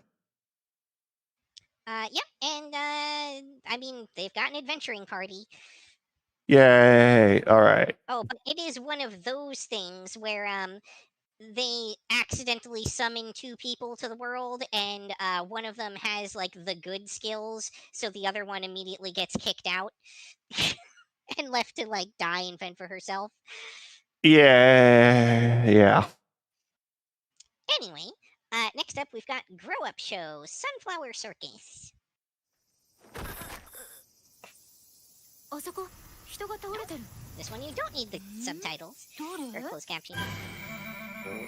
鶴巻水香さん、あなたは道路で行き倒れていたので、ここに運びました。 Yeah, I will say you were eating good with all the Yuri this season, weren't you? Honestly, I'm behind on most of the Yuri. ようこそ鶴巻水香さん。この子はね、伝説のサーカス団、あのロータスサーカスにいたのよ。全員の演技を見てもらって助言してもらうわ。ようこそ、ひまわりサーカスへ。桜花さん、こっちの方が気持ちよく飛べるでしょ。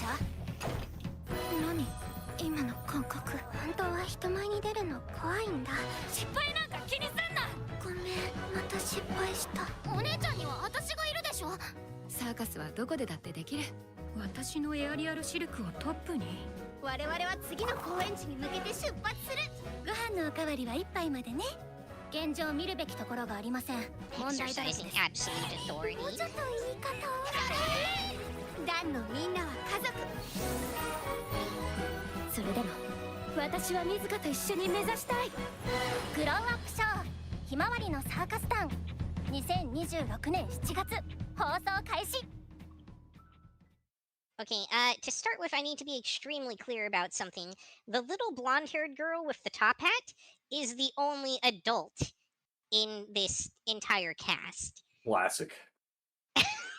Yep, that's what I got to figure out because it's like I only caught the first episode, but they were very. She was very cagey about what her age was and did not want to say it. I was like, oh, she's a lot older than she looks. Yeah, she's definitely like in her late 20s or 30s at least. Anyway, this show has like honestly some quite nice animation for the most part.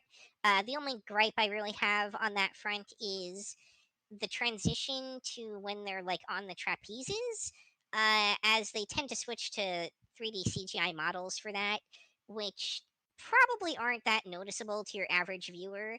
They're honestly a couple cuts above par for that kind of thing. But for me personally, it's pretty noticeable and kind of jarring for me. This is a Yuri cute girls doing cute things show. Content warning, you are going to get some underage nudity in the show, not like full frontal or anything like that, but like bath scene kind of stuff. Do be aware of that going into it. Yeah. Also, this is another scumbag parent show, where the main character's father has left her saddled with his debt. Sold her to the circus. Literally sold her to a different circus. Yeah.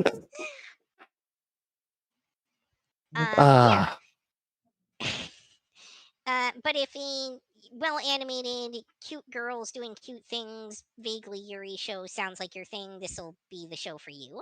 I think you really only need one episode to decide on this one. Yep, that's kind of where I was. Like the minute I watched episode 1, I knew exactly what the show was going to be. It's like, oh, this is going to be Yuki is going to watch this one way or the other, I imagine. You know, this is one of the shows I've actually watched the least of the shows that I've watched. Just because I personally was a little bit on the fence about whether or not I enjoy the show because of the setting. The setting is just not really for me. Yep, it's also a 1950s show, which a 1950s show set in 1950s Japan is highly unusual. Yeah, it's a weird era. And part of my gripe about it is that the characters all feel very modern, and there was really no reason why they needed to set it in the 1950s. I do know. It's like that's when the circus craze was at its peak still.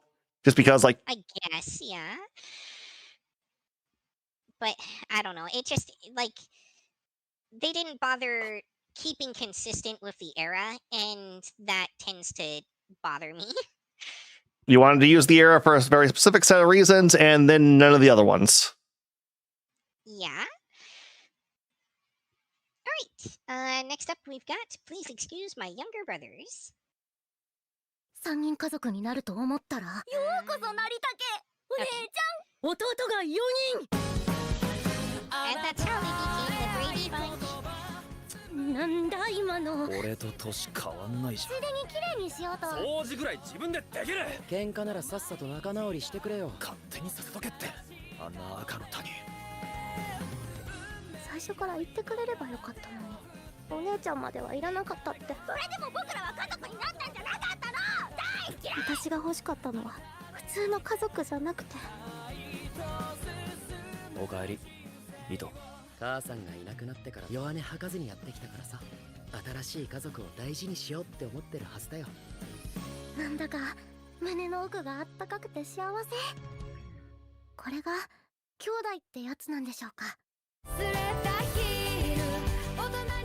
Yeah, and then your older brother absolutely just slams you through a table just to mess with you. 気にかけてくれればくれるほどおかしくなっちゃうんだよお前がそばで笑ってる Okay, I gotta ask: is the girl there, or is that a girl, or is that a boy? Which one? Short hair, that one. I'm pretty sure that's the sister. Okay, so there is a sister. Got him. Yeah. There's two sisters. Ah, okay. There's the existing sister and the stepsister that came into the family, Ah, who is the protagonist. ah. I've not watched this. This is just what I got from the preview. Bruce, tell me this is one of the ones I gave you. Nope. Damn it. I think I've literally got two more, and one of them is going to be on the Adult Swim section. Yeah, I'm just kind of hoping because I don't remember what I gave you at this moment, other than like that particular one. Nope. Okay, so yeah. Fine. Well, next up we've got Thunder 3.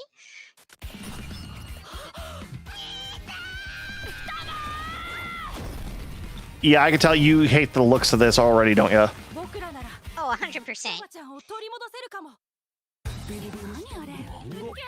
It's combining a visual style I'm not keen on with CGI.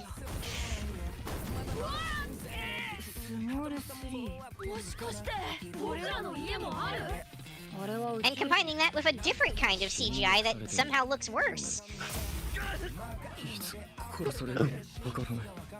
ここにいる人はみんな肉親を殺された人たち。漫画？僕の妹、あの飛行機にさらわれちゃって。お兄さん、なんか知ってませんか？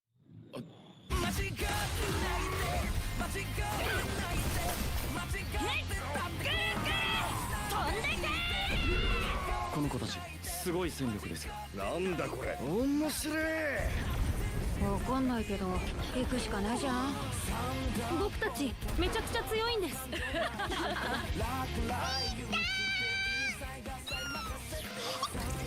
異星人と戦うってマジか。必殺サンダーボルト。サンダー3。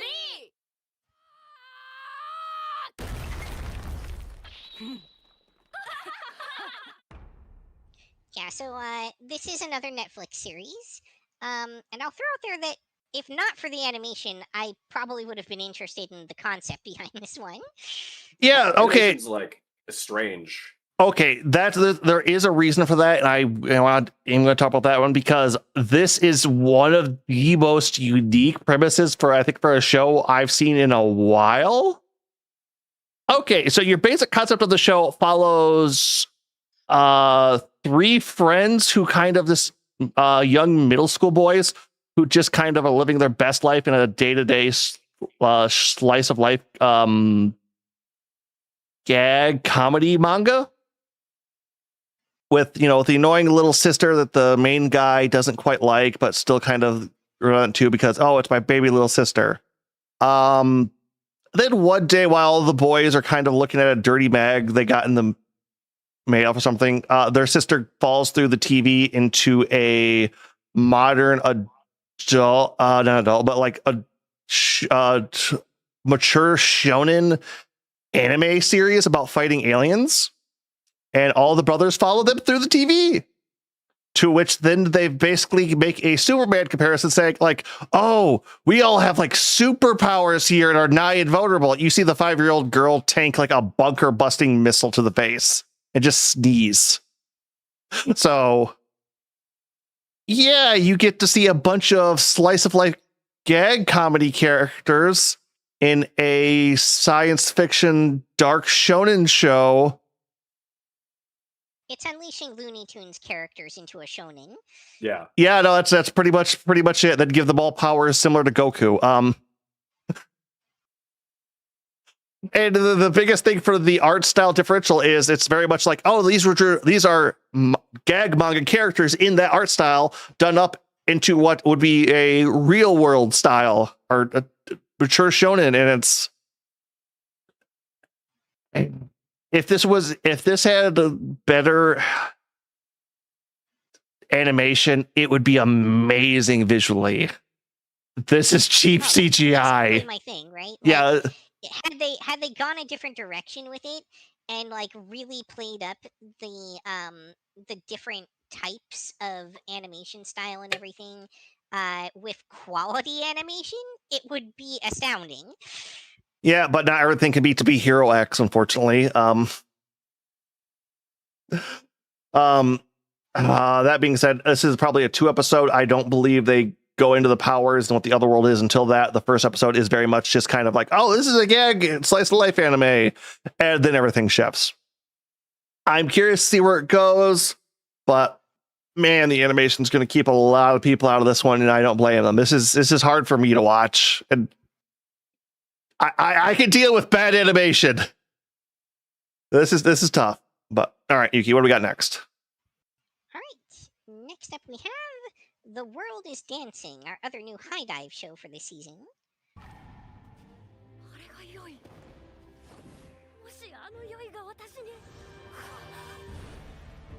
父上は芸のことしか考えていない。自由な時間をくれてもよいではないか。嫌なことを聞くもんだ。あなたは知らん。私は将軍だぞ。将軍かよ。欲しいのは人が自ら引きつけられ一つになるような花。さあ、花のお手入れと行こうじゃないか。みんな世界に飽き飽きしてんだ。同じ舞台は二度と来ない。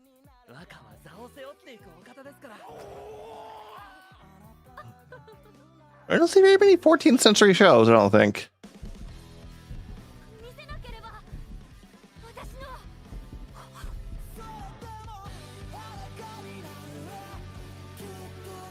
From what I understand, by the way, the person that we just saw stripped was, in fact, a male character. お前がどこまでの花を咲かせるのか。私の舞と体には歴史が流れている。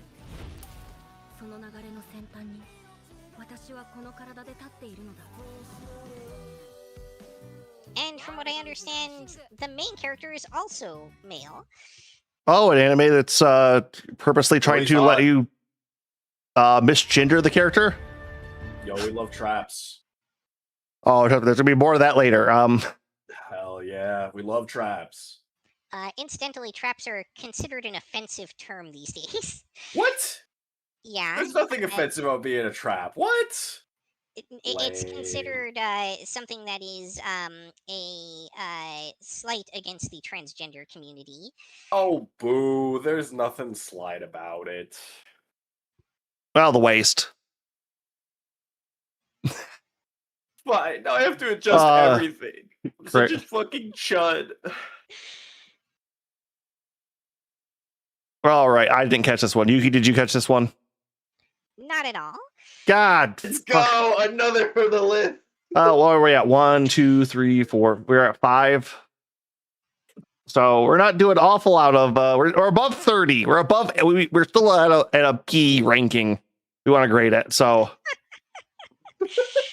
right. So Next up far. we've got, I became a legend after my 10-year-long last stand. Want to take Hell yeah. beats about what kind of show this is? Yeah, it's about one of the 3 prime male fantasies. 最終決戦もう一暴れするか。かっこつけるなよせ全滅を避けるべく侵害を It's not about just one of them. Well, no, it's the ongoing joke of every guy dreams about dying heroically to let someone else escape. いやびっくりすぎじゃあお姉ちゃんって呼んでいいわよ。邪魔するな。 That one, bleeding out slowly in a field, もう十分戦ったさ and digging a そ hole. して出会う真実がやがて新たな伝説へここは俺に任せて先に行けと言ってから10年が経ったら伝説になっていた I always want to say the hole is weird, but at the same point, it's like, yeah, no, I'm 100% there. Like, you take me to the beach, take me to the beach. It's like, oh, yeah, I want to take a Right, hole. that's what Like, DeBose, we're digging a hole. Grab a shovel, we're digging a The hole. reason for the success behind a game about digging a hole. Yeah. No joke. Dig a All the hole. autistic people were on that one. Dig a hole. All right. Anyway, which one of you guys watched that? It wasn't me. I'm caught up on it. Yep. No, I like this. This is fantasy trash. 110%. Shockingly, I think not isekai. Nope, it is not. This is straight fantasy trash. It is. I can't believe it's not isekai. That is an I can't believe it's not kind of situation. What? Did they have like screens and levels of this show too, or? They certainly have like a. I mean, literally, one of the characters in the preview there was a guild master. Yeah. So, yeah, they've got like the very stereotypical video game system in that regard, with like A through F rank adventurers and all that. Yep. All right, let me do basic premise. Guy, as said in the title, guy does a heroic last stand to let his friends survive so they can rally the troops later after they defeated the demon lord. Only because of he's a magic and using drain touch and other such things, he's able to hold out for a surprising 10 years until the demon lord resurrects, and then he solos him himself this time. And leaves and goes catch ups with his friends, and then it's like, oh, let's get life back underway and let me live it. Because I'm also minor correction. They weren't going for help. They knew they would not be able to come back. Yeah, true. I will give you that. And now it's is it living, you want to say it's living his trying to live his new best life, or is it just adventuring? Just going full power fantasy. It doesn't matter. Yep, not to mention he's getting the harem of girls that are the proper age to be his daughter, even though he looks younger than he is. Like, yeah, he's attracting people who are around the age of his current body. yeah, which is always a little weird. I That is always a forgot to turn on strange shared one. chat. Yeah, you did. God damn it.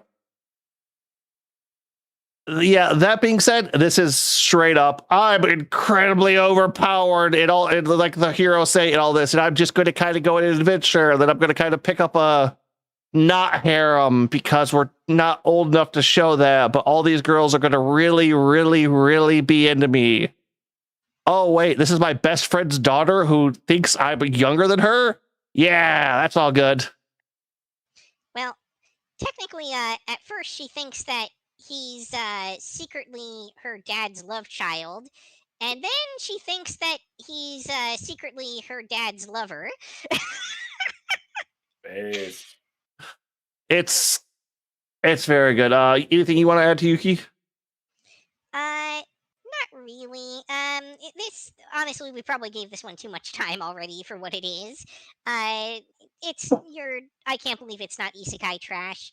I would actually say this is probably a 2-episode show because almost the entire first episode is spent in the portal where he fights the Demon King.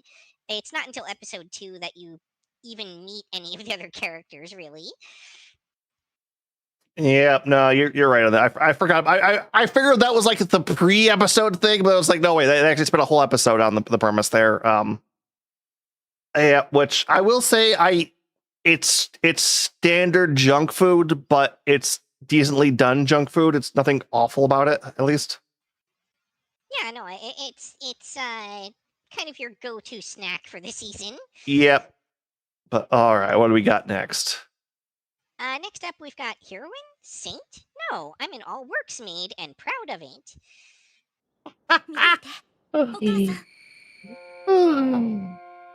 私絶対世界一素敵なメイドになってみせるわ。幽霊屋敷。なんてやりがいのあるあれっぷり。あなた誰？みんな始めるわよ。お待たせいたしました、お嬢様。ありがとうメロディー。メイドがこんなところに何の用だい？どうなさいましたの？良いではないか、良いではないか。淑女教育のやり直しですね。ヒロインがいないってどういうことだよ。うるさい。あなたが来てくれて本当に嬉しいわ。メイドなら全ての業務を任されるオールワークスメイド一択です。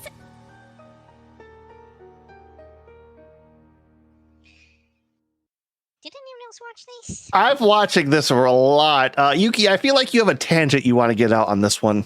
I do. I hate this show. Oh, we're starting off strong. I'm excited. I want you to understand that on the surface level, this show looks like it should be tailor-made for me. It is a show that is a maid fantasy isekai BS show, and that seems like it should be Yuki's thing.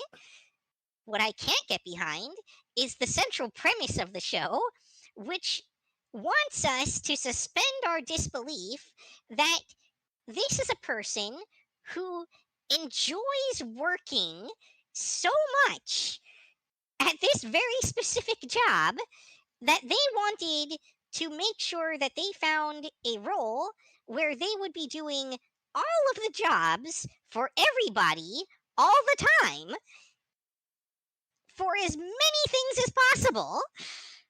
And in this day and age, I cannot suspend my disbelief for that. They could have at least done us the service of making it her kink or something, but no. Actually, hold on, Yuki. Hold that thought in because I get to explain the plot now. Because no, I know they went through great lengths in the plot to justify this, and that only made it more offensive. Yeah, I'll let you take it from there.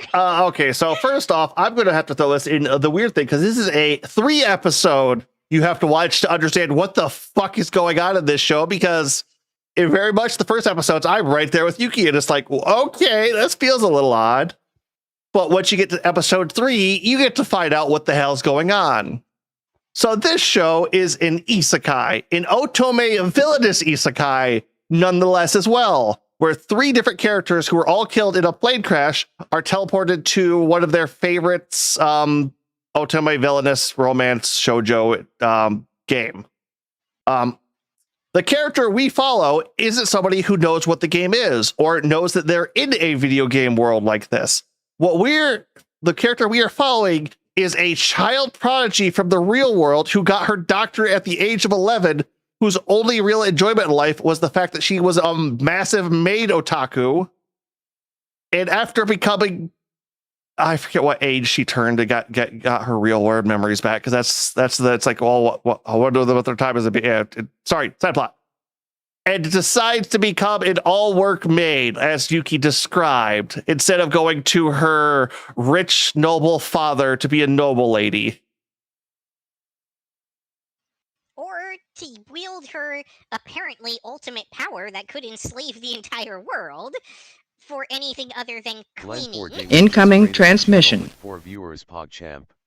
Hey, Glenn! Welcome, Raiders! Welcome! 4D stab I stabby old man raid Glenn 4D stab I stabby old man raid Glenn 4D stab Nobody's I mad stabby here old in the man raid slightest, Glenn Raiders. 4D. Hi, hello. Nobody's angry or having any kind of like really really annoying God. tangent right now. All text to Nobody's speech mad. is always bad to have. I want to point Is out that what you have on? my text to speech made it sound like the word "made" was being said over and over. Yep. It's Yep. reminding you. It's reminding you. Yeah, I'm going to right refresh now that. of the And service. it doesn't. But yes, so all work made here. Yeah, wait, I put that in 3, right? Yeah, so we get that. Oh, and she does have the power to do that. Because she's supposed to be the great saint who's supposed to fight the Dark Lord and free the world later on with the chosen hero who she's supposed to fall in love with. But overall, I couldn't hear you over all the mating. oh, you're still pulling. I refreshed my page so that it didn't go through all of that. No, I was listening to you. I was just making a joke. Yeah, We it's gotta do some maid energy. Get some maid energy going on. Yeah, there's a lot of Yuri in this show too, weirdly enough. I love how Yuki has like the slit eyes from anime there. Look on her model. Just like, all right, that being said, Expressing the most intense hatred my model will allow.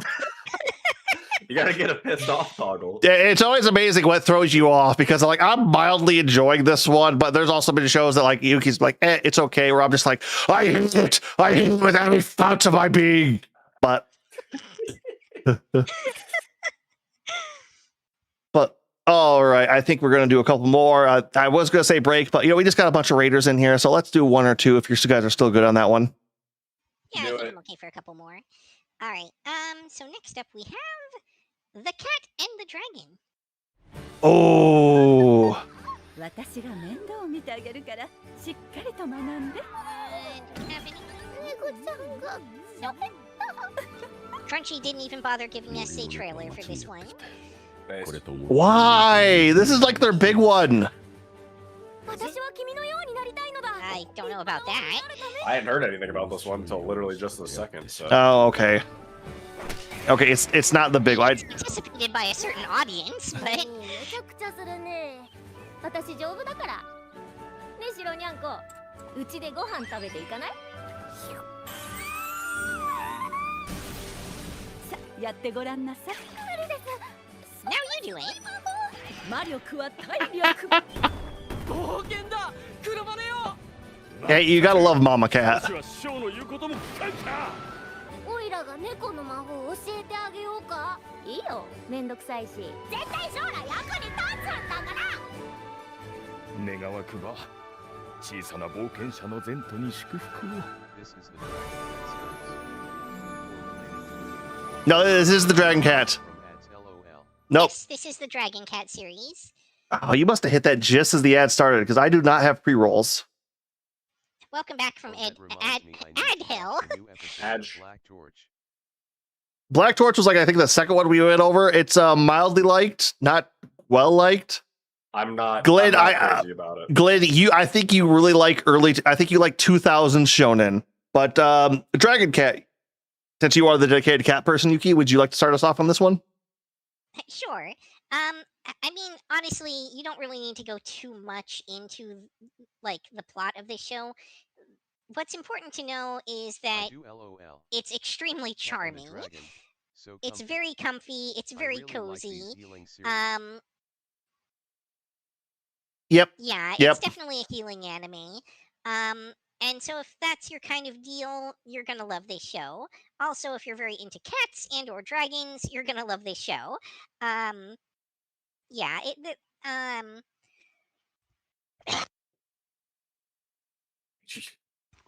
Furball. Sorry, coughing fit there. The basic premise, real quick, is a tiny dragon whose parents were slayed, was raised by like not Kate Sith. technically cats.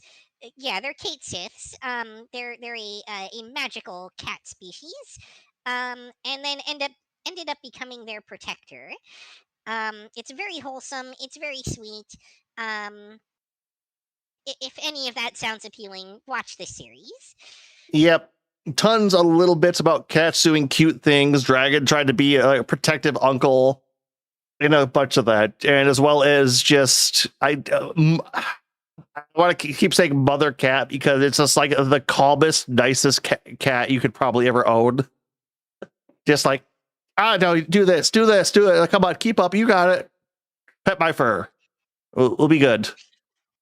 It should be noted too that this is kind of like an anthology sort of series where you're going to be jumping around a lot between different characters and having like large leaps in time. So be aware of that. Yep, they will skip over all the big actiony or world-changing events that aren't or directly involved with the cats themselves or what affects them.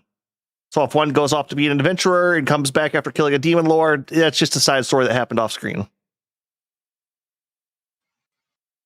That being said, I think was one episode, no, probably two, just to get the anthology feel, right? Would you say?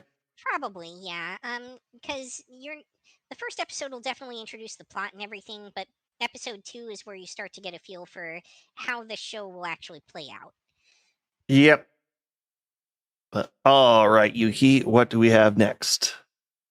Next up, we have Perfect Addiction, which, as far as I can tell, is a It's Anime Powered by Remao show on YouTube.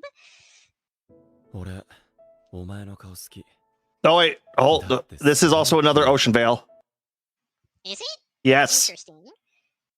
I mean, episodes 1 through 3, full episodes are on YouTube right now. Yep. No, this is a split release because Ocean Vale is kind of picking up the sloppy seconds for a lot of anime that other people are getting.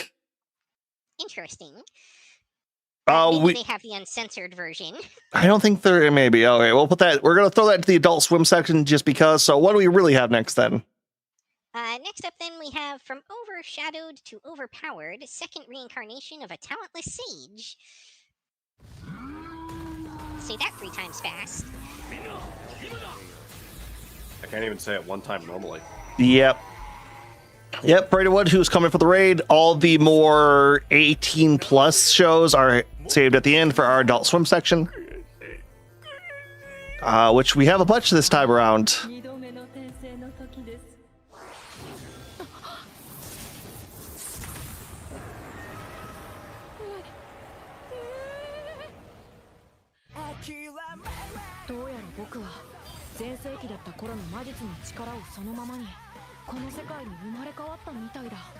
Yeah, that's his mom, by the way. His mom just likes the glomp, okay? Mommy? Sorry. 我が一族の恥さらしが雷神公の家系に生まれながら魔法適性なしとは。でも僕は魔法学院に行きます。魔導の探求をしたいんです。す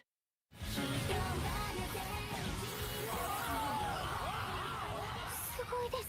無縁賞でこんな。雷神公の再来とでも言うのか。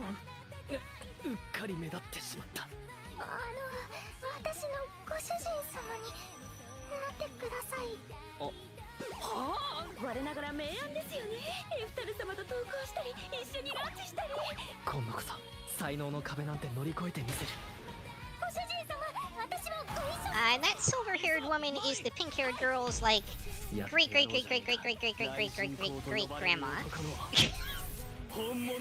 I think 10 generations removed or something like that. Something to that effect.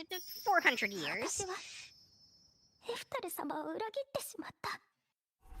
今さら命乞いをしても遅いぞ、人間。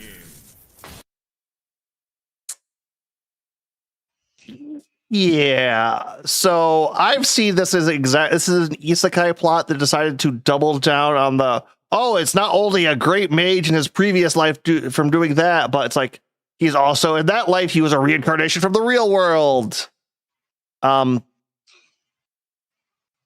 it starts off making you think it's I can't believe it's not isekai, and then it reveals that it's been isekai all along. It's a double isekai.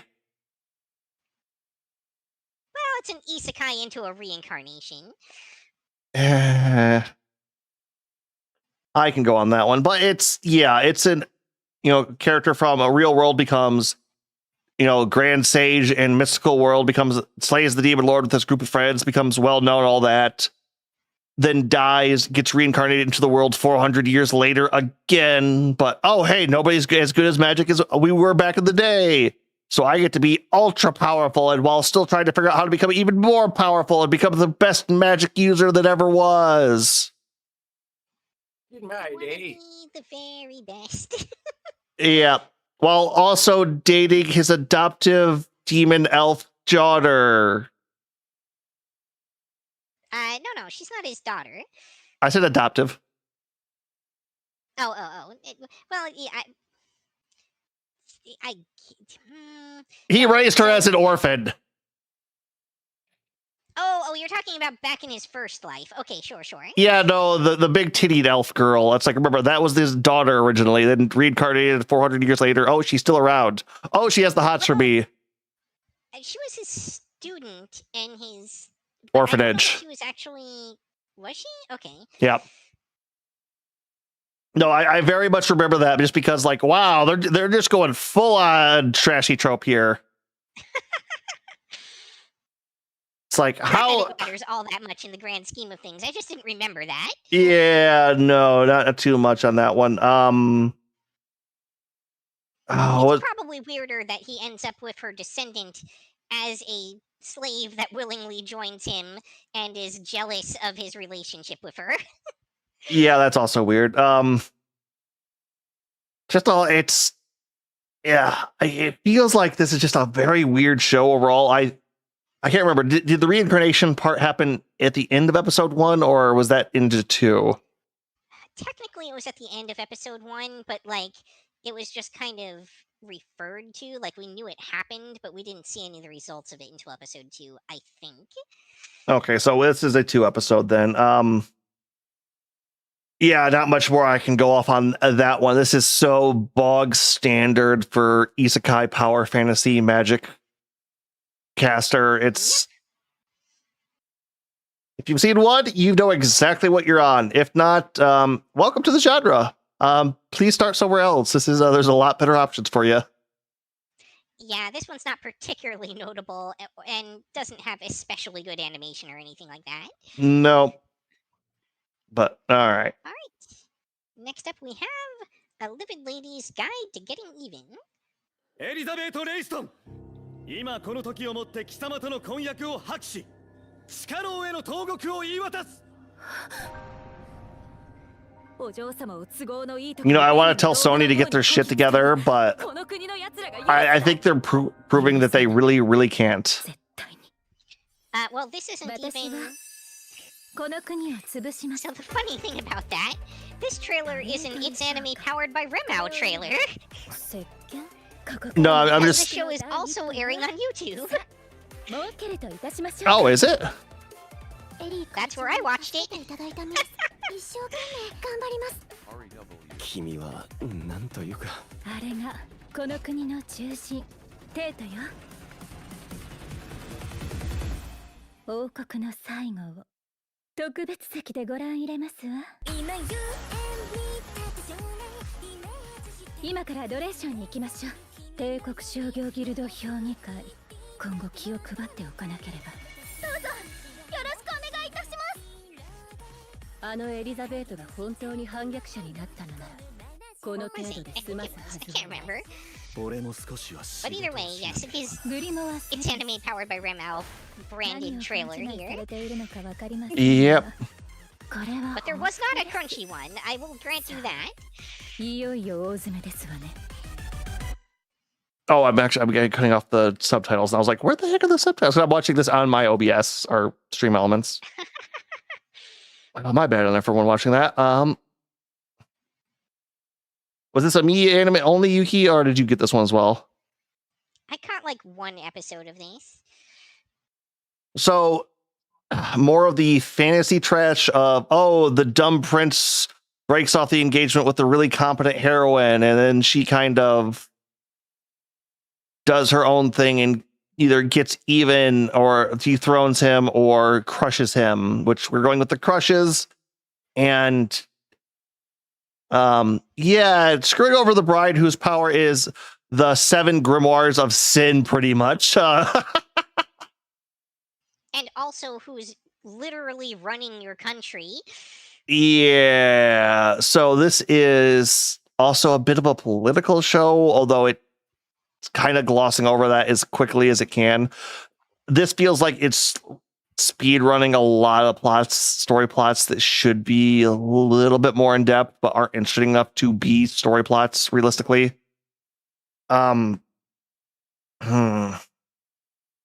Overall, though, I'm enjoying the characters. I am enjoying the story as it progresses, just because I love comeuppance story. Like they bug me until I see the ending, but that ending is so cathartic. It feels good. This is probably another 2-episode series, I would say, too, just because the first episode's a lot of setup, and then episode 2 gives you your premise. Yuki, would you like to add anything? Not in particular. I mean, all the animation, everything's pretty average from what I saw. The only thing I can really add is that I really hate some of the characters in the show. But to be fair, they're characters you're supposed to hate, so that's not necessarily a bad thing. I just hate them more than I would like. Precisely. All right. Up next, we have Red River. Ooh.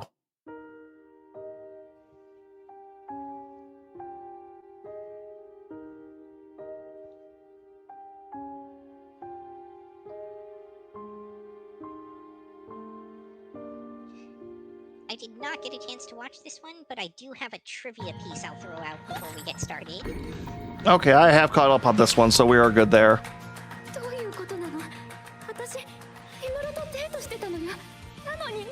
Now I'm curious to see if your trivia piece is the how that compares to the comparison I wanted to make for this one. It probably is. さて気づかなかったな。女性と一緒の時は他の女性は目に入らないんでね。私にはお前の血がいるんだ。呪いのことは陛下に知られてはなりません。イシュタルをお選びになるとはさすがだ。カイル殿下、お気をつけください。ならば生き残ってみろ。この後お前が生きていたらその望みを叶えてやる。戦うために剣を。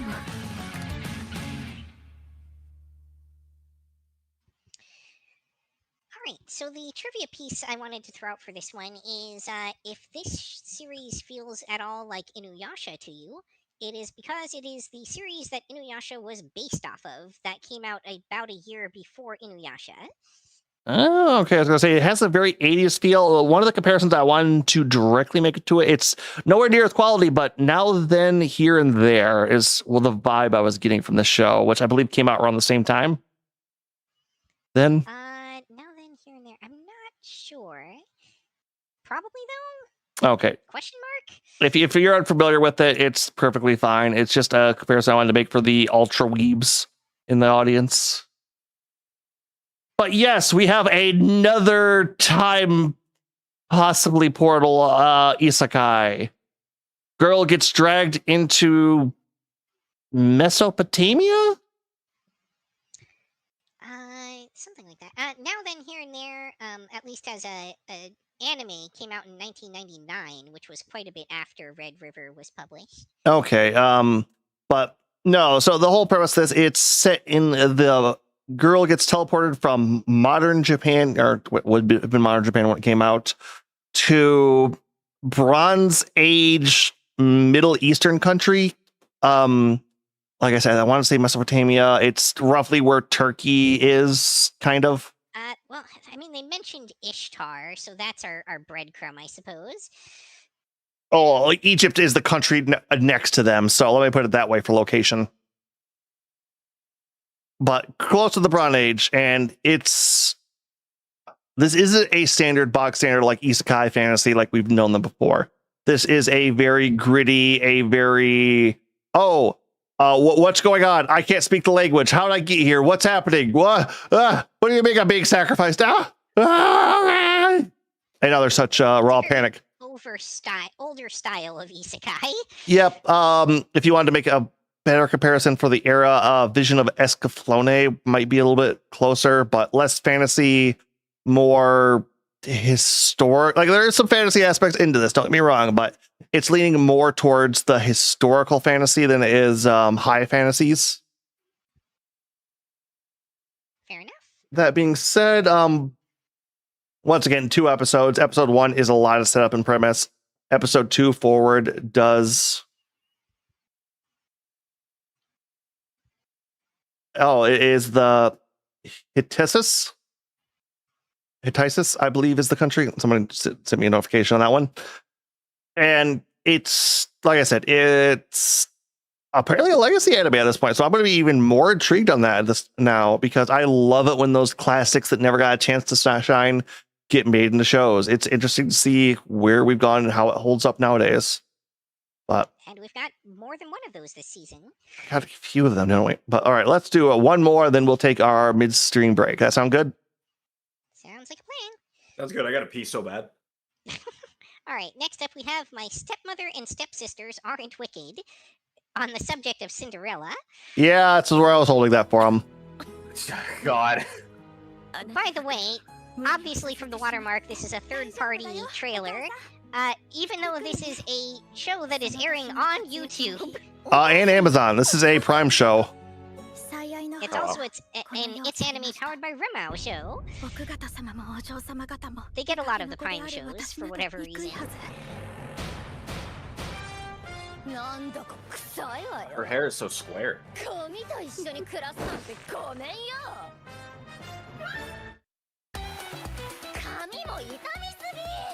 まったくパパったら自分の子供をここまで放っておくなんて髪は巻いてアレンジするべきよ。姉さんのクソダサセンス言って愛らしい印象にした方が似合っています。花柄のワンピースあれ私のことはアリネートでも呼んでください。じゃあ私のことはマリ姉ちゃんとお呼び。お前たちお母様こう呼びマミーと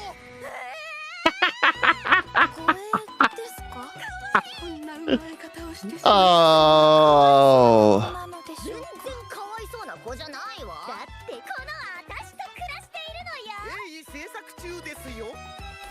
楽しみにしていなさい。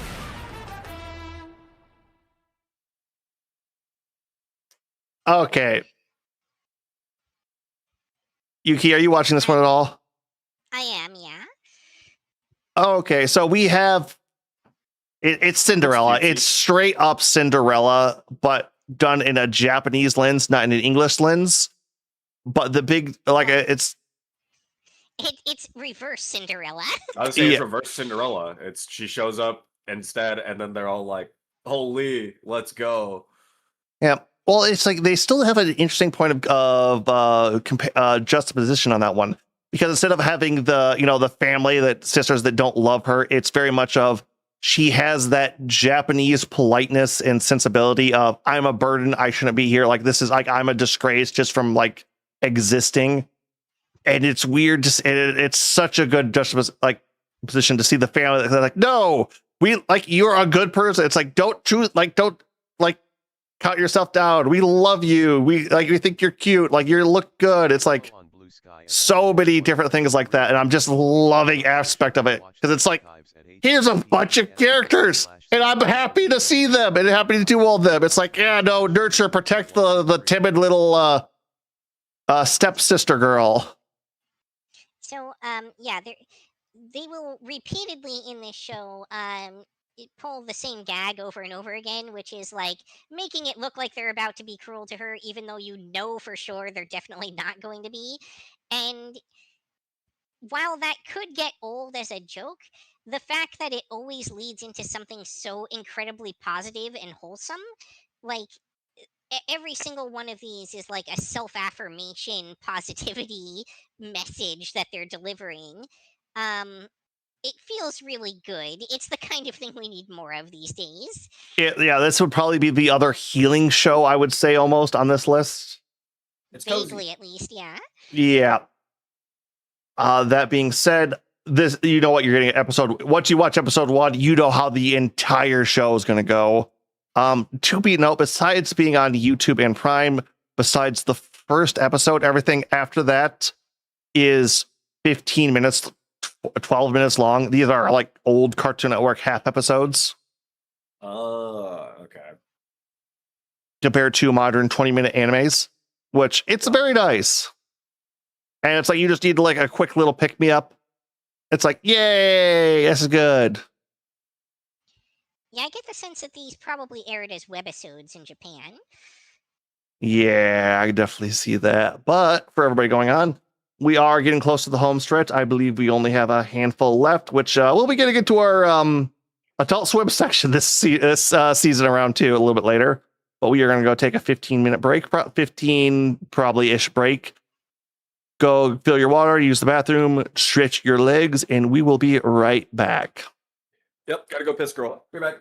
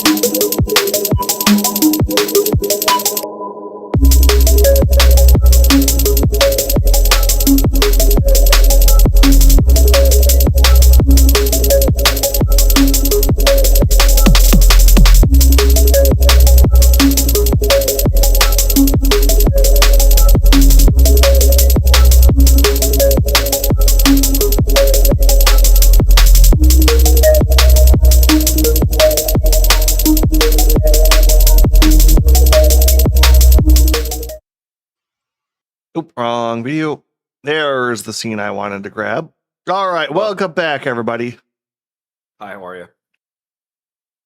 All right, what do we on to next? What do we just did the right? Aren't Wicked? All right, what do we got next? What's on our what thrilling trailer that may or may not be official do we have next?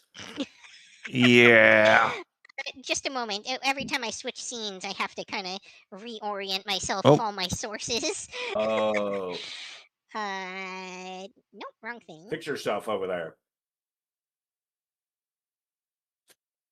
There we go. All right.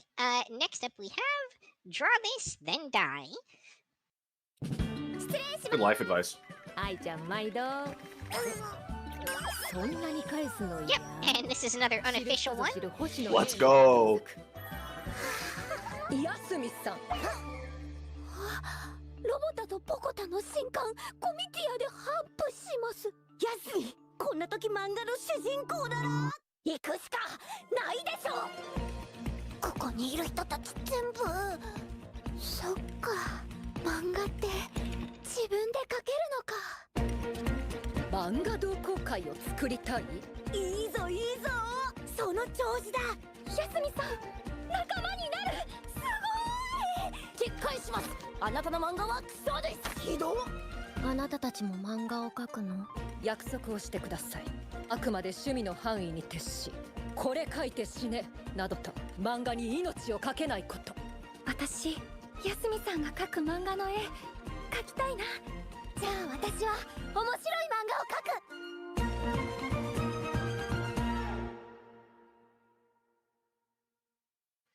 So another show in the obligatory cute girls doing cute things.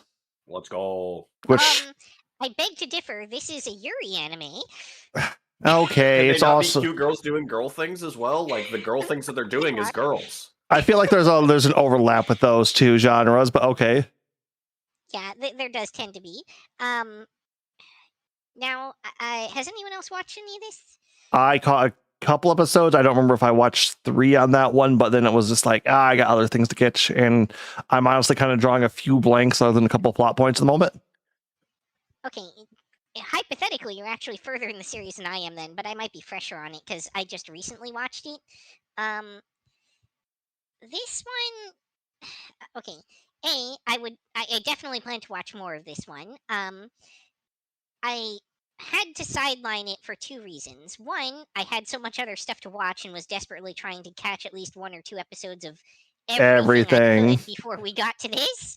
And 2, this one ended up being shockingly emotionally labor intensive for me. I don't think it'll have that effect on everybody.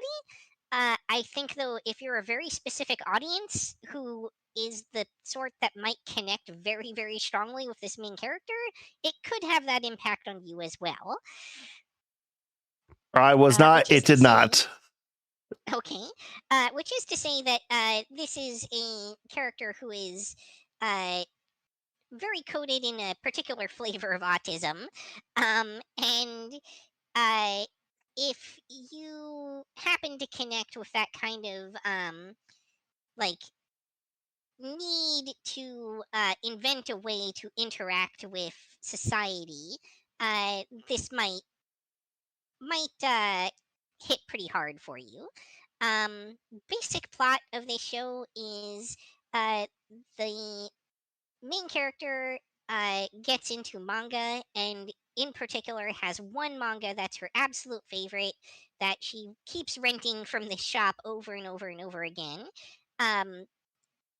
And ultimately finds out upon years later a release of a second installment of the manga that it's actually her manga hating teacher who is the author.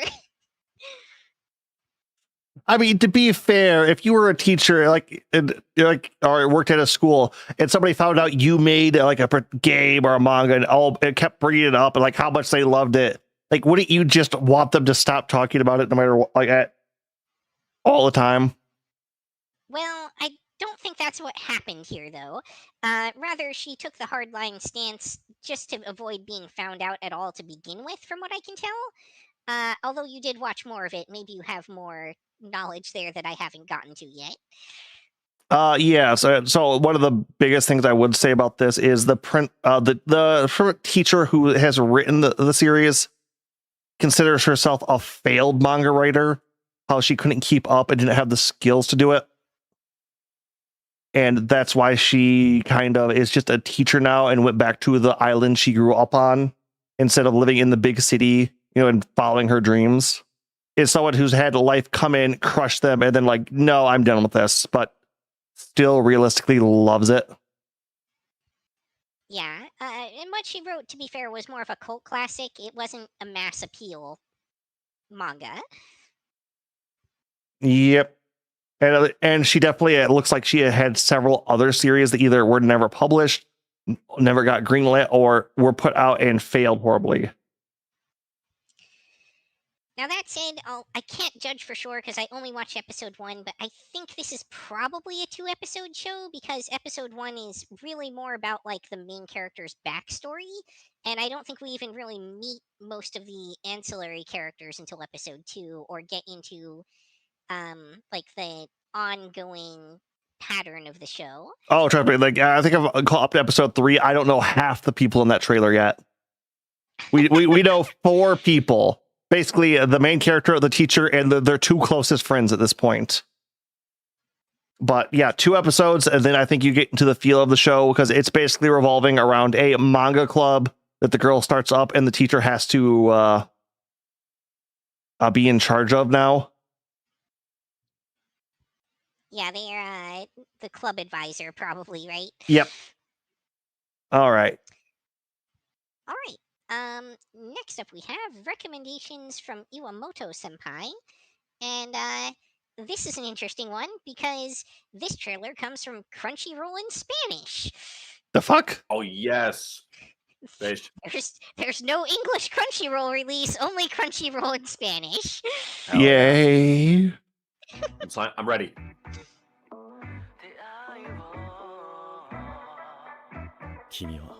Trailer official. Oh, okay. That was the name keeps throwing me off on this one. But no, I've watched this. Okay.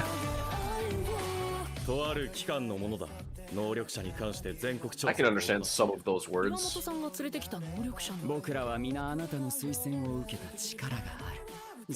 can understand more of the Japanese than I can the Spanish. I was about to say the same thing, actually. I was about to say, actually, you know what? I might know more of the Japanese than the Spanish part. Yeah, no, we were really ticked off on the fact that Crunchyroll has dropped the ball on giving us translations or trailers that have in English subtitles or are in English, which is irritating for shows that have dubs, even.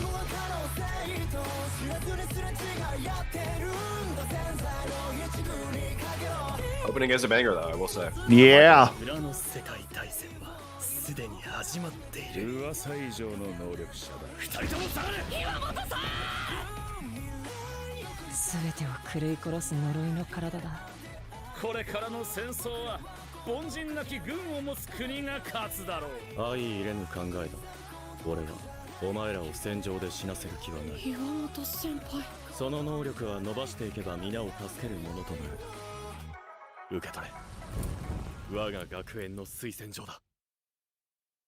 So, for anyone that was confused on whether this is a BL anime with all the sexy boys, it is. Yep, they are, Glenn. Yes. Yeah. So what we have here with recommendations from Iwamoto Senpai is a story about a bunch of boys attending a military school, specifically a school for the elite. The main Iwatawa Senpai basically is, or no, it's, Yamamoto. I think it's Yamamoto, maybe? I don't know. It's because this is the teacher. Follows a special class, which is all grouped up of people with special powers or unique abilities. But they're all slightly broken on the inside. They're all kind of coming together to get healed. And then there's the thing of like, the government's like, hey, you have all this weird supernatural BS. How does that help the military? Well, and other political stuff.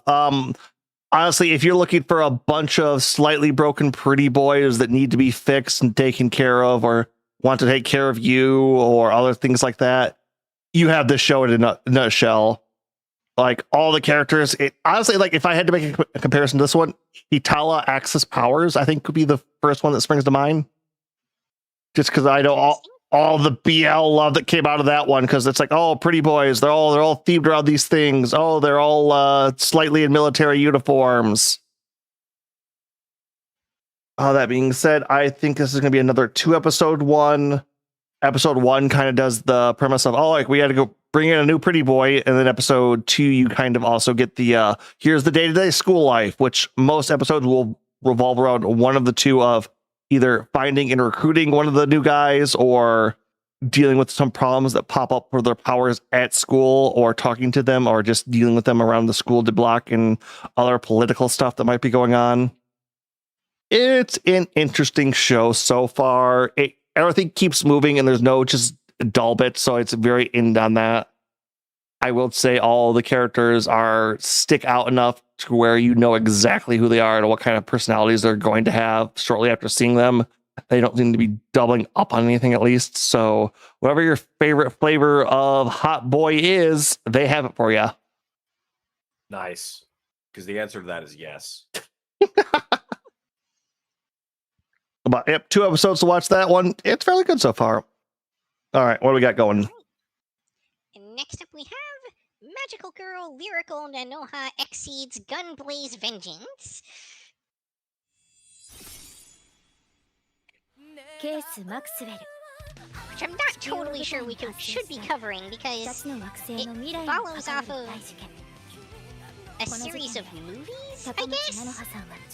Is this a part of something? I watched this show. Its first episode is an hour long, but like, I had no other connection other than, like, I see Exceeds used a lot, but yeah, well, I see that used a lot too. So what we saw at the beginning there, I think, is actually from one of the movies. No, that seems to be because they had those eyes. I'll double check it for the final list, but watching it, I had no connection to any other series that I knew of. I mean, technically the movies aren't a series, I guess? I don't know. Yeah, that might be a... That might be something to look into further. But yeah, I think there is a Magical Girl Lyrical Nanoha series, like Nanoha Exceeds, and then Gunblaze Vengeance is like the sub series that tacks onto that. Like the other things, I think a series of movies. I don't know. Anyway. Yep. So what we have here is a more mature magical girl show, so a little bit more blood, violence, and death in this one. Alien, also awful CG monsters. Yeah, I'm not going to argue that point. Alien invaders have come down, and magical girls have been trying to save it, while as the rest of the world's kind of just holding them off and doing okay. We follow what is a regular girl who kind of adopts a sister who was a space monster, who dies and gives her powers to her adoptive sister, and then her sister kind of is going out and killing them, and while absorbing the power, because she was a special type of alien that feeds off other aliens and humans to grow stronger, Digimon Tamer style. And it's very Yuri coded overall. Very,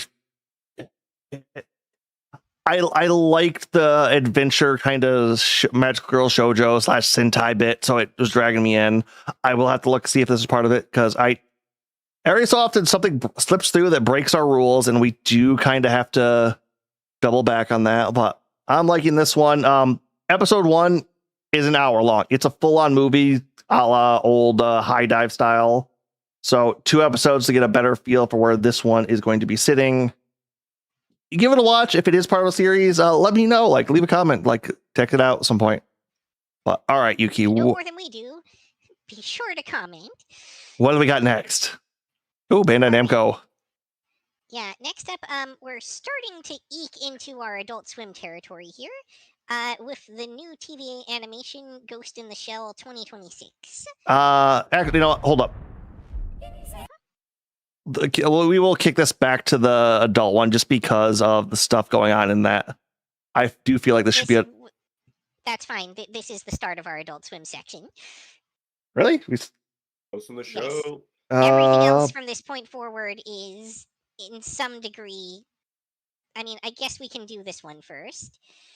And I guess we could maybe put this one for it. No, that one should probably be in the back end too. Yeah, Iron Walk John and Kaiju Girl are the two I'm kind of like looking at. Like, really? Wait, do you have Well, is Bang Dream in there? Because you gave me that as one of them. I don't see that in your list in here. Bang Dream? Not something we should be covering. It wasn't? Did I miss in on that one? What That's was one it? that I had. Bang Dream Yakamati? Shouldn't that? Yeah. Is that a spinoff, Yuki, or? It's an ongoing series, as far as I know. I thought that It's was on on episode. They're on episode 6 of this one right now. So I mean, it's not like it's super far along. Like one of the other ones that we covered earlier was also on that, but that was on my list. So no, that should be Yeah, but Bang Dream is one of those like seminal series that we get like a version of like every season almost. Oh, okay. That's why I was like, what? Yeah, no, I typed in Bang Dream. I got found another one. My bad on that one, Bruised. I made a mistake. I can't believe you. I sent it to you really early too. So Iron Walk Jan actually does have some themes in it. That Yeah, no, I realized that right after I said it. It's like, oh wait, I gotta talk about that episode 3 thing. Yeah. So Kaiju Girl and Villager level 99, I think. And I Want to Love You Till Your Dying Day. I mean, honestly, all of these are still kind of Adult Swim-ish to some degree. All right, you know what? Let's declare that here. Fine, we are at a good point then, I guess. So for anyone going for, I'm going to get a sound alert for this probably next stream or something like that. For any of those watching, all of the shows going forward from this point will feature excessive violence, excessive nudity or content, or have really adult themes that should be heavily trigger warned or very dark showing going forward. You will be warned. These are meant for adults only.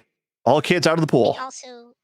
May also see drug use or heavy smoking, alcohol use, things of that nature. Content warning for Kaiju Girl Caramel Melise is really just mostly based around mild underage nudity showing up from time to time. Yep.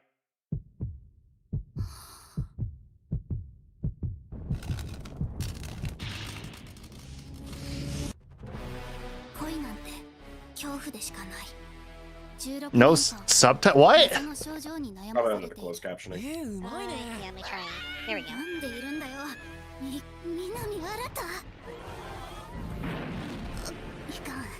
またやってしまった。なんかパンケーキの味わからなくなってしまった。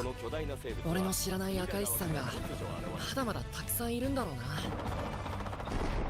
世界がピンク色に見える。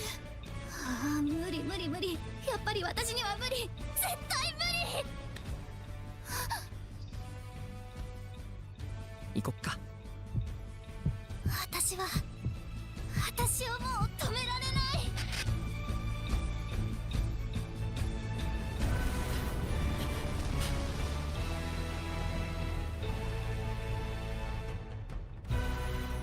怪獣。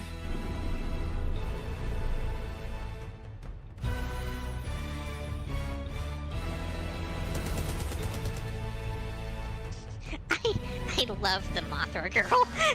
Oh god, she's so fun.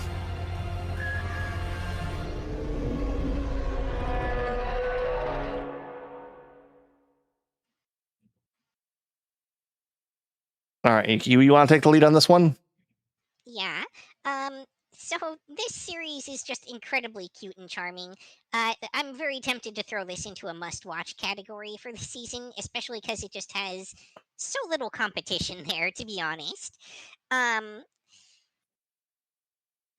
basic premise of this show is our kaiju girl Kara Melise, when she gets too emotionally overloaded or turned on, apparently even. You count that in overload in teenage years. Will begin turning into a kaiju, or just outright turn into essentially royalty-free Godzilla. In fact, my understanding is originally they intended her to turn into Godzilla and were probably, from what I hear, working with Toei on that, but ended up not being able to due specifically to international copyright laws with conflicts Sounds from like the some copyright FLCL type of holding LOL. on. Not quite FLCL, but I would say if you want to make a direct comparison to the show, Red or I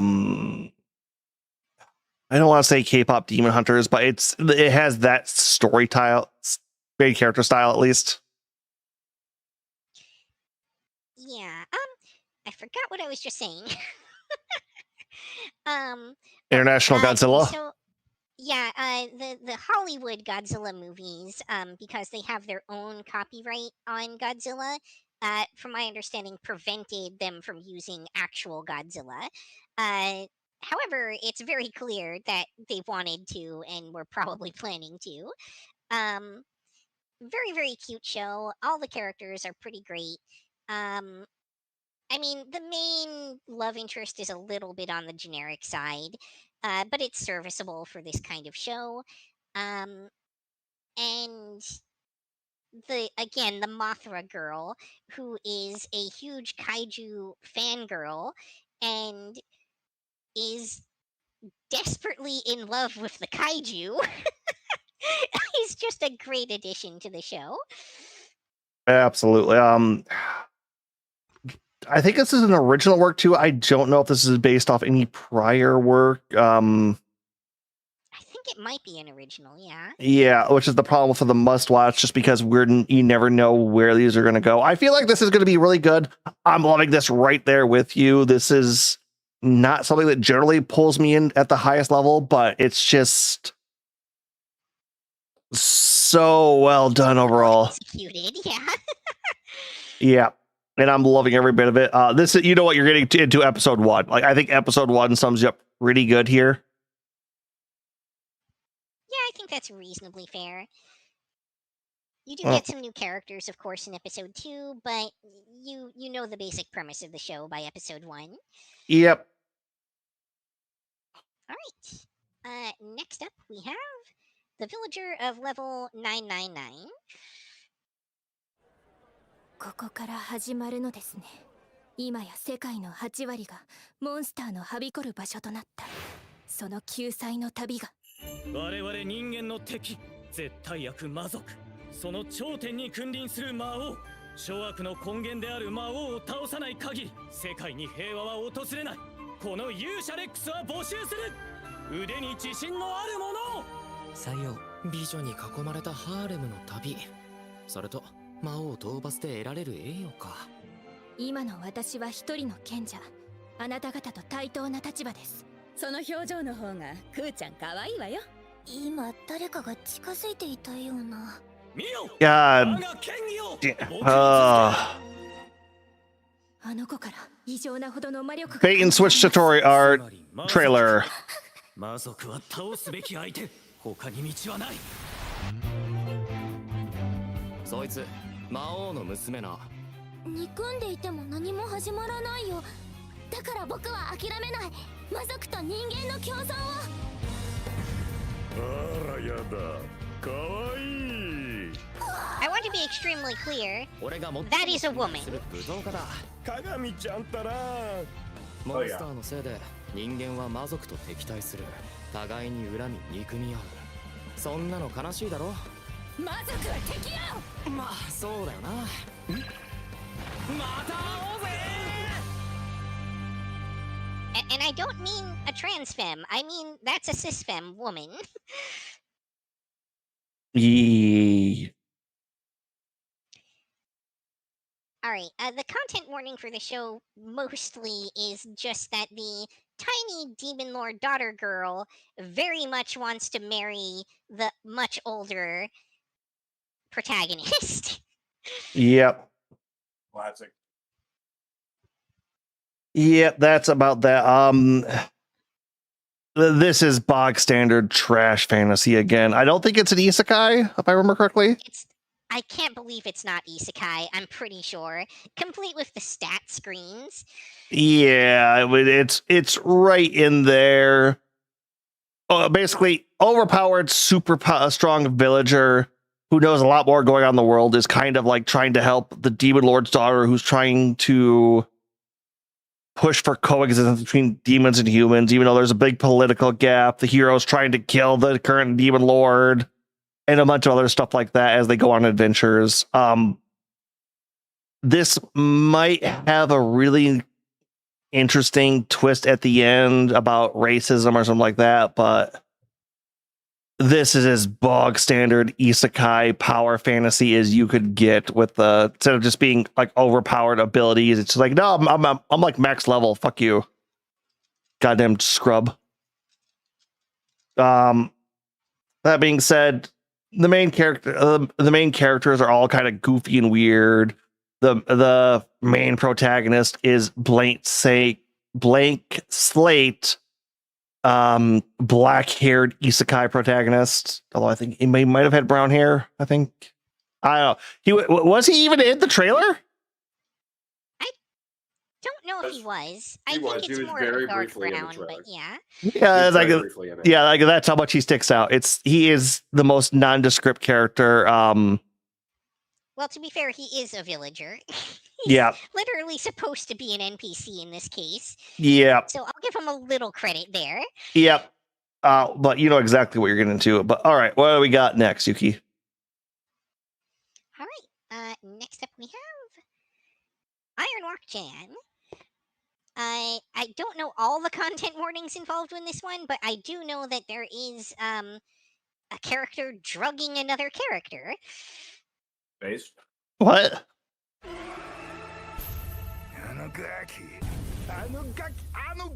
This is another third-party trailer. Apologies, but at least it has subtitles. わしが教えたろこのクソガキの胸クソはなる言動の数々をよし俺はこれでいくはいまずこここんなん普通にダメ絶対犯罪や Yeah, he literally gives them all hallucinogenic mushrooms. これはしごきちゃう通報案件やバカ者が It's The anime Food Wars itself- if they actually gave him drugs.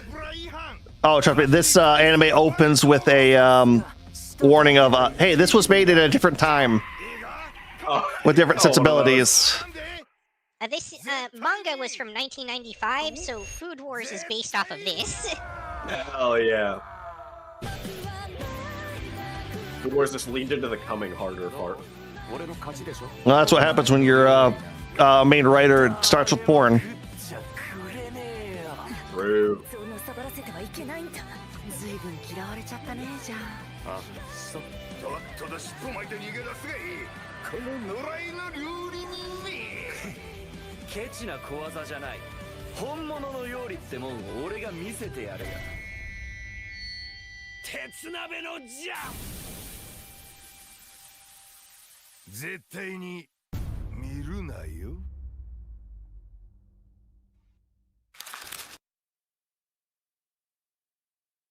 All right, so Ironwork John helped kick off what would be Food Wars and a lot of other foodie anime. Honestly, if you've ever looked at in an anime and seen like, oh my god, this looks like I want to eat this. I want to eat specifically this right now. You can kind of thank this show for it. I really want to point that out because the show itself really wants to point that out too. It wants to go on like, hey, this should have been made into an anime in the 90s. It wasn't, because nobody thought people would care about a show about making food. It really does. People, they do. It does. And we'll see if this holds up to everything that's come after. But our main protagonist, the titular John here, is just starting off at a new restaurant. And basically, you kind of follow him as a young prodigy of a famous cooking lineage, I want to say at this point. And basically working for his old grandfather's rival. John himself, in a lot of the story of this, takes place in that 90s sensibility of, yeah, you can just kind of be a little bit mean. You can kind of be a little bit cruel if it meant for training or making somebody tough and rough and making them ready for the real world, that kind of thing. Because the training you see John go through is abusive. Like, there's no other way to put that. Like, he goes through some serious abuse, only to have his grandfather realize he can no longer taste John's cooking and sends him out.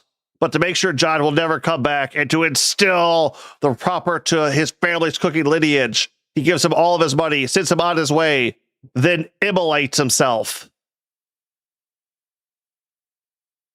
Awesome. Interesting way to do it. Oh, yeah, no, he basically just takes several cans of gasoline, pours it on himself, and then lights the house on fire. Based. Yep. So that's episode 3. And you also get to see the motivation of John and all of his stuff on there. That being said, the cooking in the restaurant itself is kind of what we've seen from Food Wars and a lot of other stuff like that.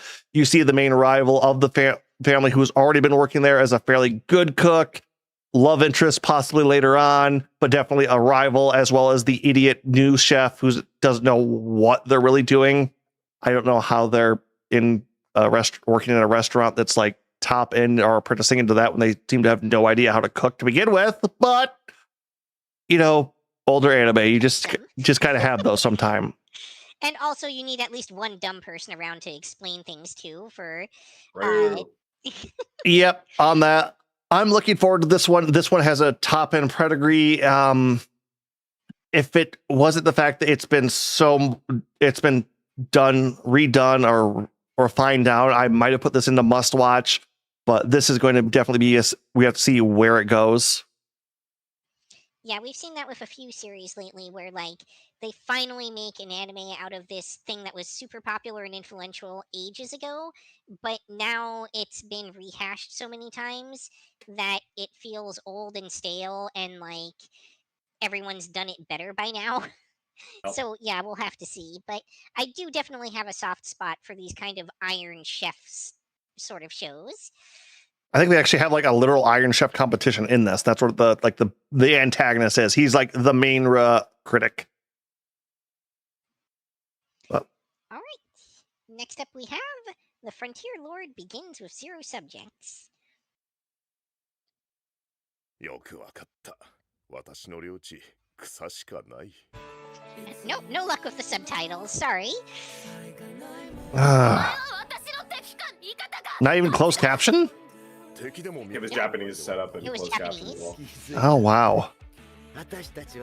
Japanese twice. Thanks, Crunchyroll, for double Japanese on the English trailer release. ついでに領民の増やし方も教えてもらえると。知るわけないだろ。よし。男気があるとモテるのか。だから今日はずっと一緒にいてやってもいいんだぞ。させん。私は誓ったのだ。どんな敵が相手でも。Giant turtle. 私は。 Hey, it's an Earth Dragon. Giant turtle. Gamura, Gamura. 2026年7月より放送開始。 All right. So content warning for this one is simply that the waifu character we see here is 16, which is not legal age within this guy's kingdom, and they are married under her tribal law. Yeah, Earth Turtle. That's about what I expected, honestly. And frankly, everyone in her village is expecting them to make children ASAP. Yeah, that's part of the. I was saying in a few other series earlier, this is trying to be a timepiece kind of series, which it's going into building an area, as it kind of says in the title, as well as like other things and like how you do stuff. So one of the biggest things for this, it's like, no, like, what do we like? Oh, we're like a frontier. Like, what do we care about in a man? It's like, well, like, how good is he at providing? Well, he just killed a dragon single-handedly after fighting it for like 12 hours. The village elder, it's like, you're going to marry this girl, or the next one that comes around that corner is going to fucking wed you herself. It's like, you are not leaving this village without getting married at this point. But yeah. Now that said, this series hits like right in my niche territory because it's both like a kingdom city builder kind of thing, and I have a weakness for tribal waifus, which we don't see very often. That's fair.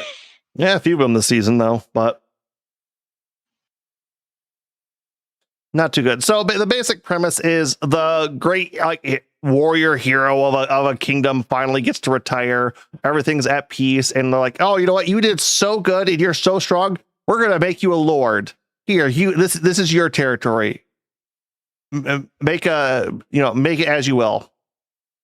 Not But he realize gets screwed over by political enemies who take all the money he was supposed to get. and servants and resources, and they basically just drop him in the middle of a nowhere field and then tell him, "You rule this. Have fun." Yep, and it's a territory where you can't even cultivate the soil. I'm curious. I'm biting at I'm waiting for the next episode to figure out why that's a thing. I am very like I am in the same thing as Yuki. This is in my very much niche house of I enjoy the kingdom builder fantasy shows. Now, I will point out, animation-wise, this show's probably a little bit above par. There's definitely still some janky CGI stuff here and there, especially that turtle. Yeah.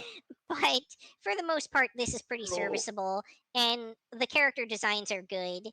In particular, all the like the Beast tribes. waifu and the tribal characters and the adopted daughters are all very charming and very cute. Yep. Overall, is this a 1 or a 2 though? Is the thing here, because I don't remember how much setup was in 1.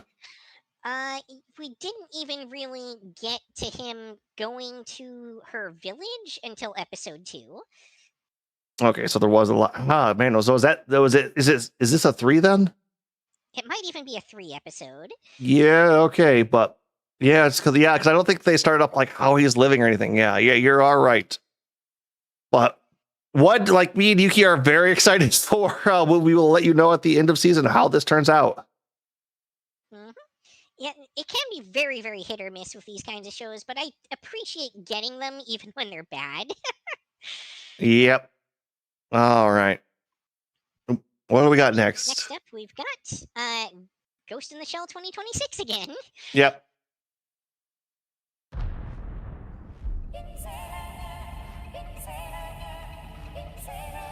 This trailer comes to us from Ghost in the Shell official channel, by the way. They had a whole channel for it. Oh, another Science Star. Oh, that explains so much on why this is so good. Yeah. I hear also that it's more true to the manga. Yep, this is directly based off. Yeah, I'll get into it once we get through the trailer, okay? Because I'm putting some time into this one. Yeah, shut up till the trailer's over. God. It's more because we usually have to cut the trailers from the VODs later. Oh, I know. I just wanted to give him shit and tell him to shut up anyway. Yeah. 公安休暇いずれも首相直属で圧力の効かない組織です。生き物には変化が必要だ。非効率になった部分は捨てなければならない。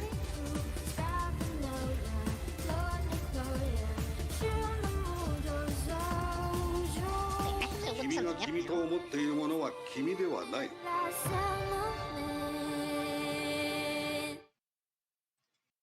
What were you saying? I was saying there's something I need to look up now. Oh, nope. So yeah, this is a full reboot of the Ghost in the Shell series. This does not.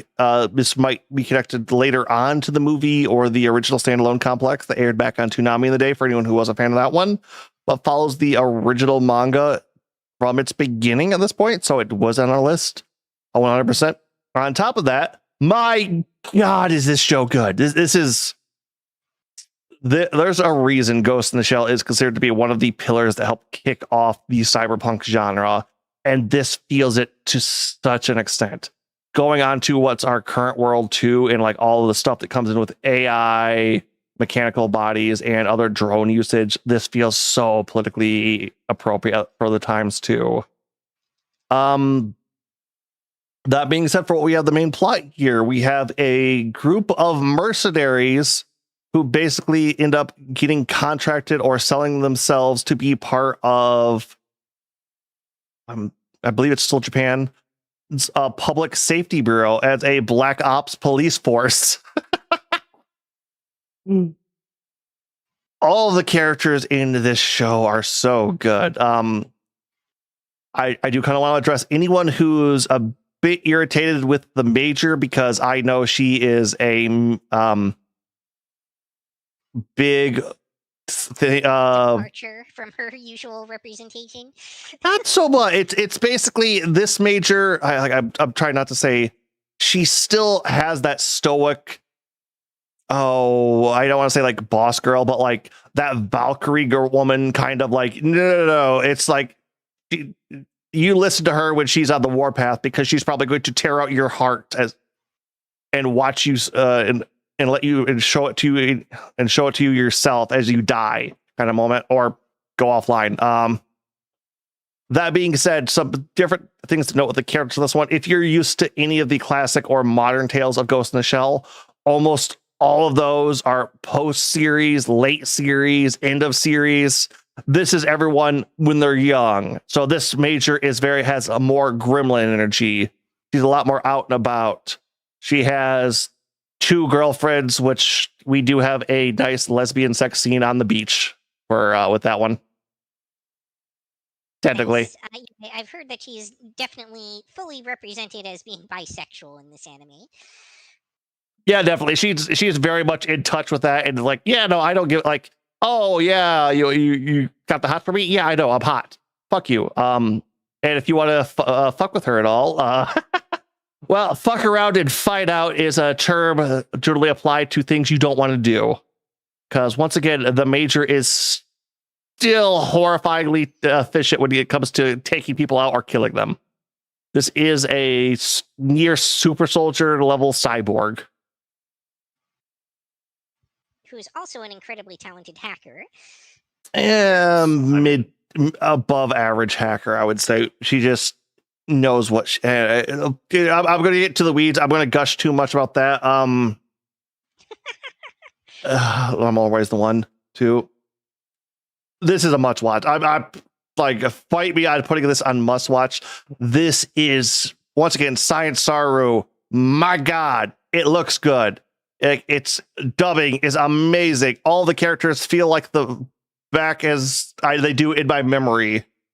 Like, this is one of those shows that's like, oh, I wish my nostalgia brings it better. Like, no, this is as good as I thought it would be. I am loving every single one of these people. Yeah, I haven't caught it yet myself for 2 reasons. One, I knew you would be covering it, and there's so much to watch. Yeah. And 2, there's someone else that I've previously watched the Ghost in the Shells with that I was hoping to watch it with.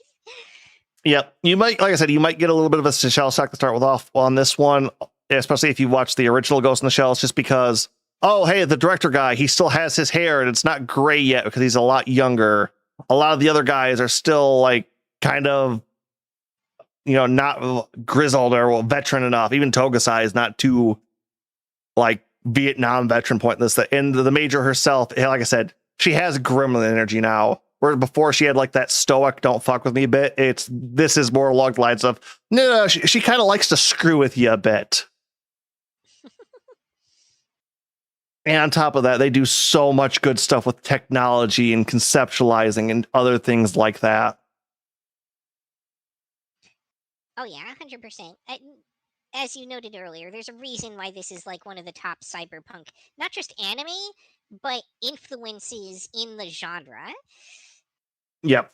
Blade Runner and Ghost in the Shell tend to be two of the biggest pillars, and this latest adaptation of it holds up immensely. Like, if anything tops this season for me, I would be shocked. All right. Next up, we've got Smoking Behind the Supermarket with You. おじさん、ここならタバコ吸えますせ。おじさん、いつも2番レジ並んでる人でしょ。山田さんがお気に入りなんだ。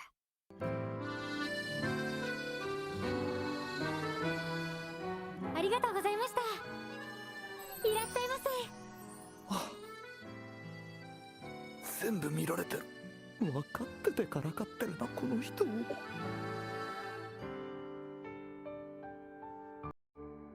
また来て、佐々木さん。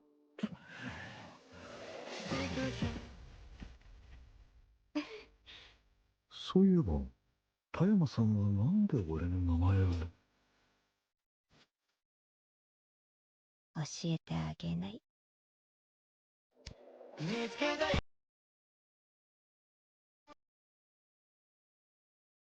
佐々木さんの鈍さって変なの。あ、田山さん。おお、来た。お疲れっす。タバコ吸ってくでしょ。スーパーの裏でヤニ吸う2人。こんなたくさんどうしたんだよ。スーパー行くたび買っちゃってたまりました。買うのやめりゃいいだろ。それだとスーパーで買うもんなくなるだろ。スーパーに行かなきゃいいだろうが。ね。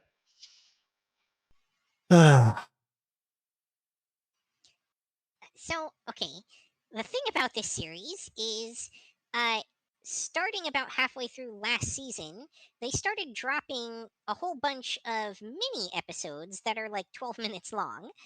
I watched all of those and then realized that they also started dropping full-length episodes, and I'm not sure if they cover the same content or not. Okay, because I've heard of this series, know a little bit of it, but I did not get a chance to watch this one. Yeah, so I'm not totally sure if I've technically watched any of this series yet or not. So I'll speak from at least the perspective of the mini episodes. So obviously the content warning with this one is just that this is a show that literally has smoking in the title, and smoking is definitely central to every character interaction and plot point in this series.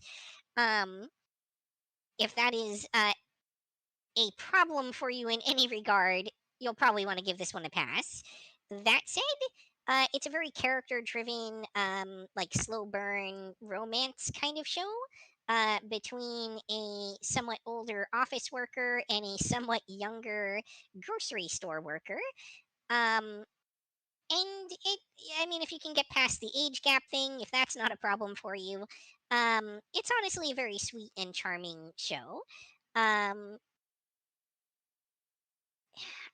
I don't know how many episodes to say to give this, because again, I'm going based off of the mini series. But I think probably 2 episodes. Yeah, just right. Because, yeah, go ahead. I was gonna say, it's like the biggest premise of this show is just kind of being a more, I kind of want to say adult romance, where you just kind of do something weird or out doing something and you kind of connect with somebody. And then it kind of keeps progressing through there. This one, the classic of, you don't see it as much now, but I think it's still a Japanese thing. It's somewhat still an American thing, although we're trying to get rid of as much of it we can, is, oh, hey, people go out and smoke. They generally smoke in the same area. They start talking and you kind of get deeper connections. Yep. Yeah, it definitely glorifies like the social aspect of smoking in that regard. Yep. So yeah, I think 2 episodes, probably because as far as I know, until like episode 1 doesn't really start to introduce you to the female lead's sort of alter ego that is a major part of the show.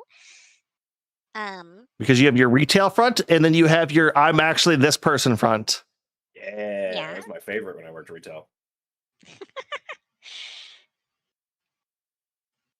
All right. All right. Moving along. Next up, we have I Want to Love You Till Your Dying Day.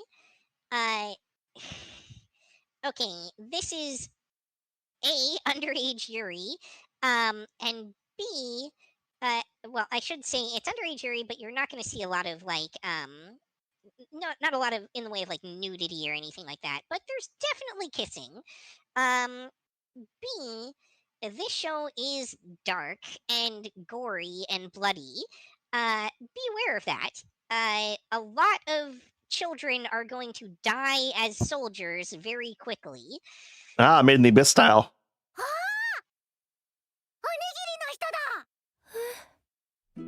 君が死ぬまで恋をしたい。ねえねえ、名前なんて言うの？とつき椎名です。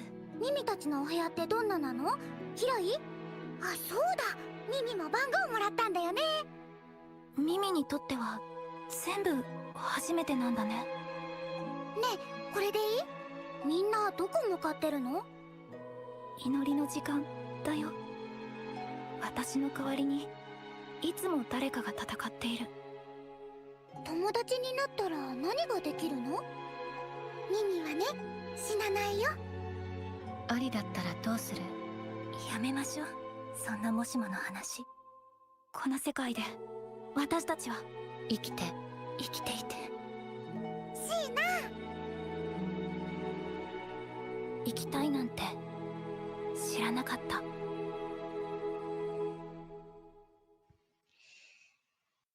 Now, one of the weird things too is there's potentially a couple additional content warnings I could give here, but I can't give any of them without spoilers. Frustrating as that Just, I was gonna say, content warning. Shit happens. Yeah. Yeah. So the production values on this show are very, very good for the most part. There might be, if I remember right, a little bit of kind of so-so CG here and there with like some of the dummy practice enemies that they fight out in the woods. But you're going to see a lot of really nice detail. Like, this is not a combat-oriented show. This is really about the emotions that characters who are forced into being child soldiers as orphans who have nowhere else to go through. Yeah. Yeah, and like finding the emotional support that they need in one another because they get it from nowhere else. That said, honestly, this is one of the best shows this season, in my opinion. Just in terms of like the story, the animation quality, like all of it is definitely a cut above par. But if you can't handle the content, that's going to ruin it for you, and that's the only thing stopping me from putting it as a must-watch. Yeah. What about our episode count? Episode count, I feel like you don't really get to know one of the principal characters until episode 2, so this is probably a 2 episode. All episode right. 1 is mostly just the main character losing her first, like the roommate that she starts the series with. Yep. All right. We are on to Final Four. Yep. Let's go. Next up, we have the only non-Ocean Vale show that has frontal nudity this season. Which, additional content warning, there is a lot of blood, gore, implied or attempted sexual assault. What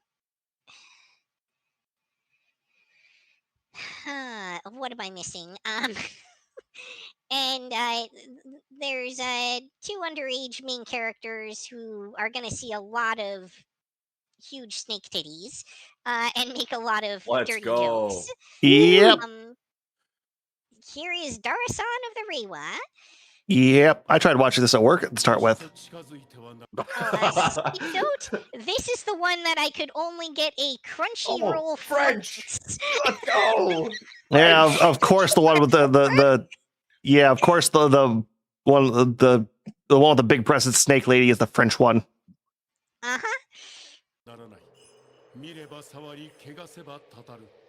古よりその名を山谷まだそう呼ばれていた。電話はちょっと。じゃあわし見てする会話がこれ。お前大人の言うこと聞け。本当に行くなよ。来とるやんけ。一応神隠しに合ってるんじゃけど、お前すごいな。だから怪奇現象じゃと言うとるやろがい。恨みがあるんですか？誰かに。たたるん。恐れおののくがい。喋らへん方が道理通じなさそうで怖いと思う。話しかけられたからついね。お前ら最初から昼間なさすぎじゃろ。じゃねえ。もうちょっとおぞましさとか感じてくれんか。別に好きに呼んだらいいじゃろ。ダラさんとか。I love how they're going with all the tasteful nudity shots. Right. Yeah, one thing that bothers me slightly about this show is that, realistically, like, this outfit is not actually going to cover her nipples. No, we not at see all. her nipples in the show, and they are about this big. There is no way this top is covering that nipple. Yeah. No way, it gets camouflaged when you put on the top. That's the way it works, right? Oh my god. Yeah, so total whiplash on this one's a bit of a thing because this is in that genre of kids that find spirit and get into wild, crazy shenanigans with said spirit, alien, extraterrestrial being. But it maintains its light tone a lot of the time, but is well, the snake lady is hypersexualized most of the time, or incredible. They have an R-rated character in a PG show for some reason. I don't know. The two. Okay, here's the thing. The snake lady is nude when they find her, yes, but she's not being sexual about it. She just happens to be nude because she's a snake demon who's been in the woods. Yeah. It's really, if anything, the two siblings that are the ones who who apply sexuality to the situation. Somewhat. Whether it be in making dirty jokes or whether it be in insisting that she become clothed. In very sexualized clothes too. It's very weird. There's a lot of really weird stuff on this one. Like how they literally make the comment that as she's like in a state of partial undress from clothes that they gave her, that it's lewder than if she were just naked like when they found her.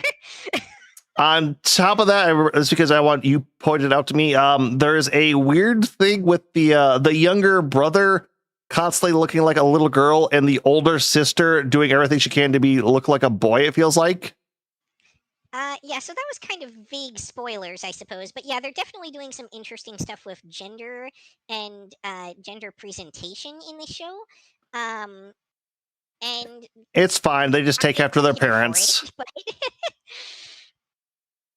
One thing that does bother me is the fact that one of the characters, for no apparent reason, just happens to have a pair of her mother's bra and panties on them. Yeah, like I said, there's a lot. It's like, this is a bad show. There's just a lot of times it's like, oh, this is dark. No, it's funny. Oh, this is cute. No, it's a very adult. Oh, this is adult. Why are there so many cute kids? Like, what's going on in this? Yeah, you're gonna go back and forth between the backstory of the snake lady and how she was brutally murdered, and like funny hijinks with the two main characters. It's definitely bizarre. It's a very interesting and fun show in a lot of regards, but it's very hard to recommend this for people because it tends to exclude most of its own audience. Yeah. Okay. This is a 1 or 2 episode. What do you want to say on that one, Yuki? I guess it's. I guess it's more 2 episode just because. Hang on. You don't really start to learn about like the backstory of the steak lady and everything until episode 2, and that's kind of an important part of the show. Yeah, that's kind of what I was thinking. Like episode 1's a lot of setup. Episode 2 is when everything really starts going. It kind of felt like, but I wasn't sure if like there was enough setup in 1 to get the idea where you're at. But yep, no, 2 feels good. All right, final 3. Okay, no, save that one for the very end if you would, Yuki. Let's let Bruce into this with us. Somehow this one also feels worse than anything on Ocean Vale. No, that one's on. That one is on Ocean Vale. That one is also on Ocean Vale. I have words to say about it. I have words. That must be the uncensored version. All right. So if we could next, can we get the BL one? As you wish. Yep. Just because this is the least one to talk about for stuff. All right. So next up then is Perfect Addiction. Apologies again. This is not an official trailer. They don't appear to have released one. In fact, it was difficult to even find this in a sea of the live action adaptation trailers. Oh, you should have grabbed one of those. Those would be better. Those are better to watch than this. This is barely animation. This is like animated comic panels. Yep, I'm pretty sure they just used Live 2D, to be honest. All right, let's go. Here we go. It's only 30 seconds anyway. だってすげえ綺麗じゃん。わかってる。恋がしたいならこの人はダメ。わかってるけど。さあ、Aちゃん。そうじゃなくて。Is this done by a major production studio? I don't know. But this 100% feels like they just rigged these up as live 2D models. It does. The animation, quote unquote, on that reminds me of like Way of the House Husband, but that was very intentional the way that they did it in that. But it felt like that. Yeah, no, like this feels like a YouTube like small indie great YouTube series that like just did rigging, did the 2D, doesn't have money for full animation, but really wanted to do it. This is a BL love story. This is 2 guys that really like each other. I can't add too much more just because I as I was watching this, my eyes were drifting and I was just kind of zoning out with white noise just from how generic and basic this was. It's just one of those things like the billion-mile stare kind of kicks in and you're like, wait, that was an episode? Shit. I'm gonna be real with you. I didn't even watch this, but I'm very, very inclined to put this in skip just based off of the animation style / quality alone. Yeah, I really I don't want to throw it in there right too bad because I feel like if this was a smaller studio, but this got 2 releases on 2 different platforms. So I feel like that might have to go in there for like there was some stuff behind this, but goddamn, like don't do that style for this kind of series. Like you have to be really stylized if you want to do that 2D. What'd you call it again? What was it? It was called again? Live 2D. Yeah, live 2D. The same application they use to make VTuber models. Yeah, no, live 2D stuff. It's like if it's stylized or if it doesn't look directly like anime, I can give it a lot more pass. But when you're just doing anime in that style, it does not feel good. Like if for VTubers, we get away with that. Like we don't generally have big production. And if we do, it generally looks better than that shit. All right. Let's get on to the porn. Right, next up we have Ushiro no Shomen Kamui-san. Another non-official trailer here. Yep, which I will. Ocean Vale show. Shocker. Feels like half of them haven't had trailers. Well, Ocean Vale is the group that basically it's like, hey, this is almost porn. We'll take it. Or this is softcore porn. Sometimes they just do straight porn. 今ねあなたの後ろにいるのカリスマ霊能力者 Which あ仕方ないだろう。ギリギリまで食いつかせないと勘のいいやつは逃 Hey, げ that's Skin. I know that voice actor 子 anywhere. 供の頃からこうだった目が合ってしまうから To be clear, I give them my props for picking up series that otherwise would have been effectively censored out of the US official release audience. Hey, this is the streaming service that has interspecies reviewer on it. Ooh, based. Good to hear somebody ended up picking that back up. Yep.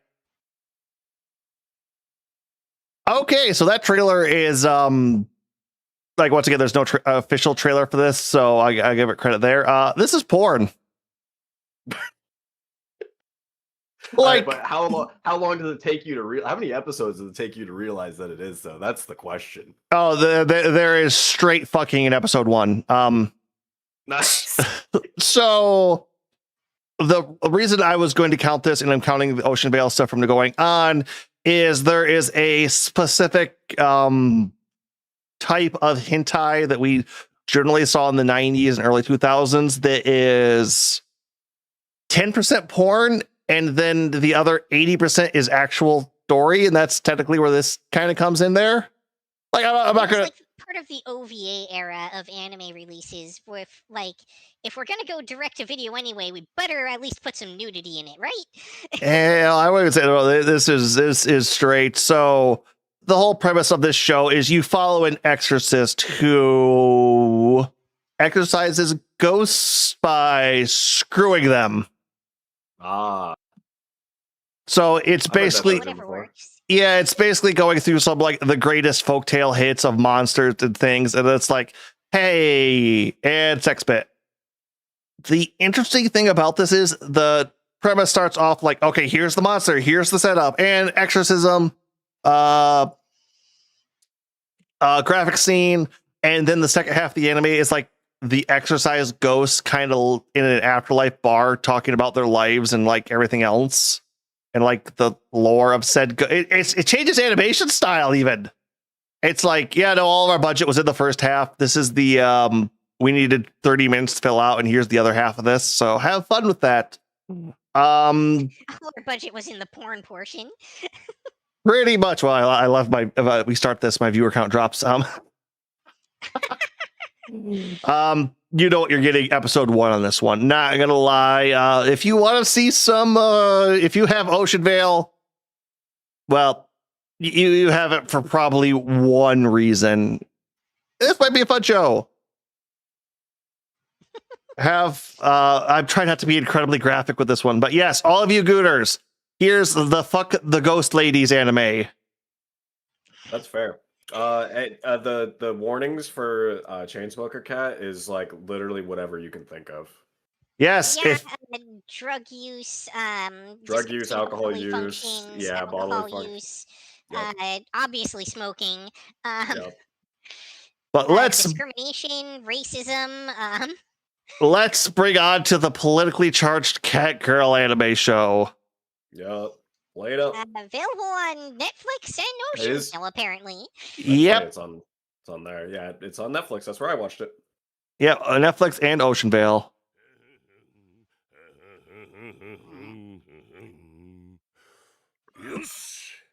Just to be extremely clear, this show is disgusting. Yep.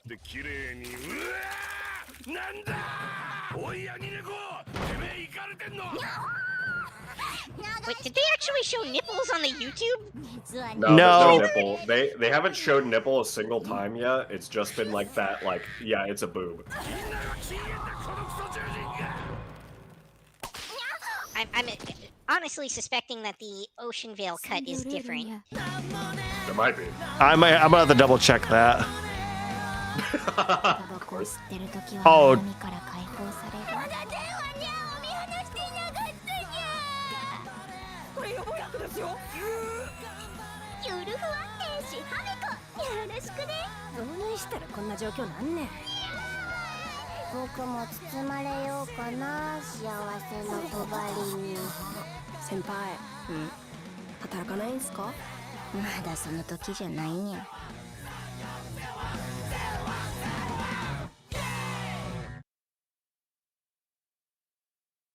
Oh, Chainsmoker Cat. My There's- yeah, go ahead. Actually, I was gonna say there is a time in my life where I probably would have liked the show to a degree. It's gonna be a one seasoner, at least it should be, because I literally within the first half of the first episode, I was pretty over the bit already. Like I already understood what was gonna be happening.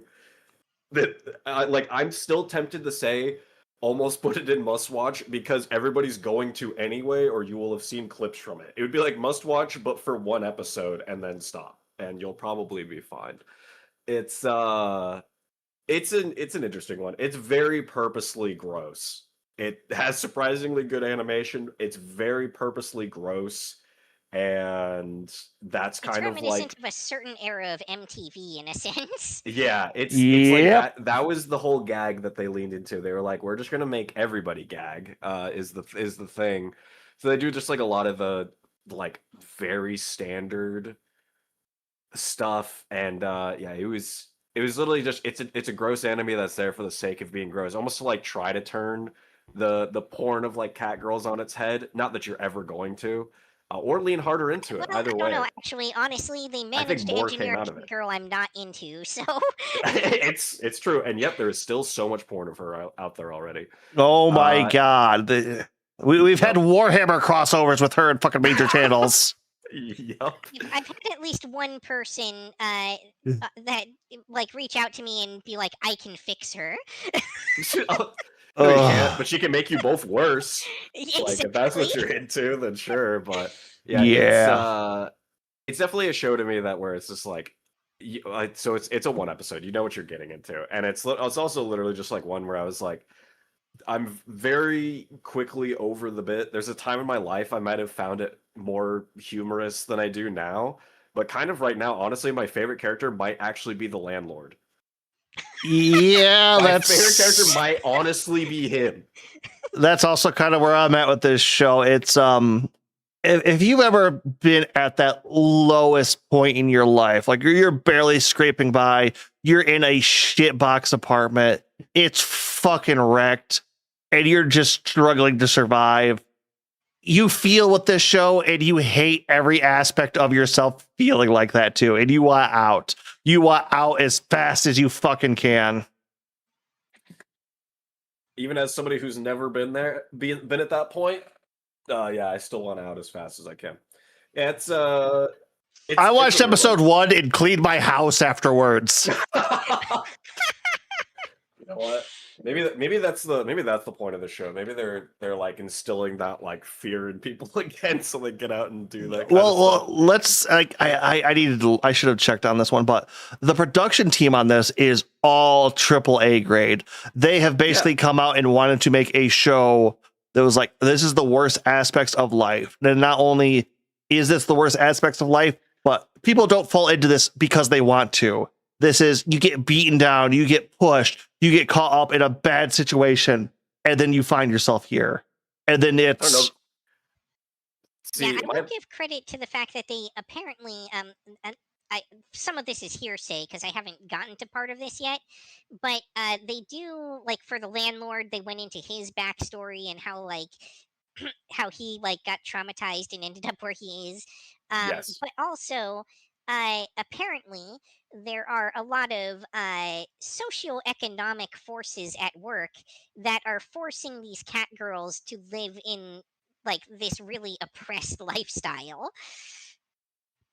There might be. I don't know about the rest of it, but I do know about the landlord thing that happens in like episode 2, I think, or something. Like, yeah. but yeah, it's really is just like one of those shows where it's just like, yeah, I get it. But yeah, I mean, yeah, the animation and everything is very high quality for what the show is, which is just funny. But it's high quality animation that's been weaponized against us as the viewer.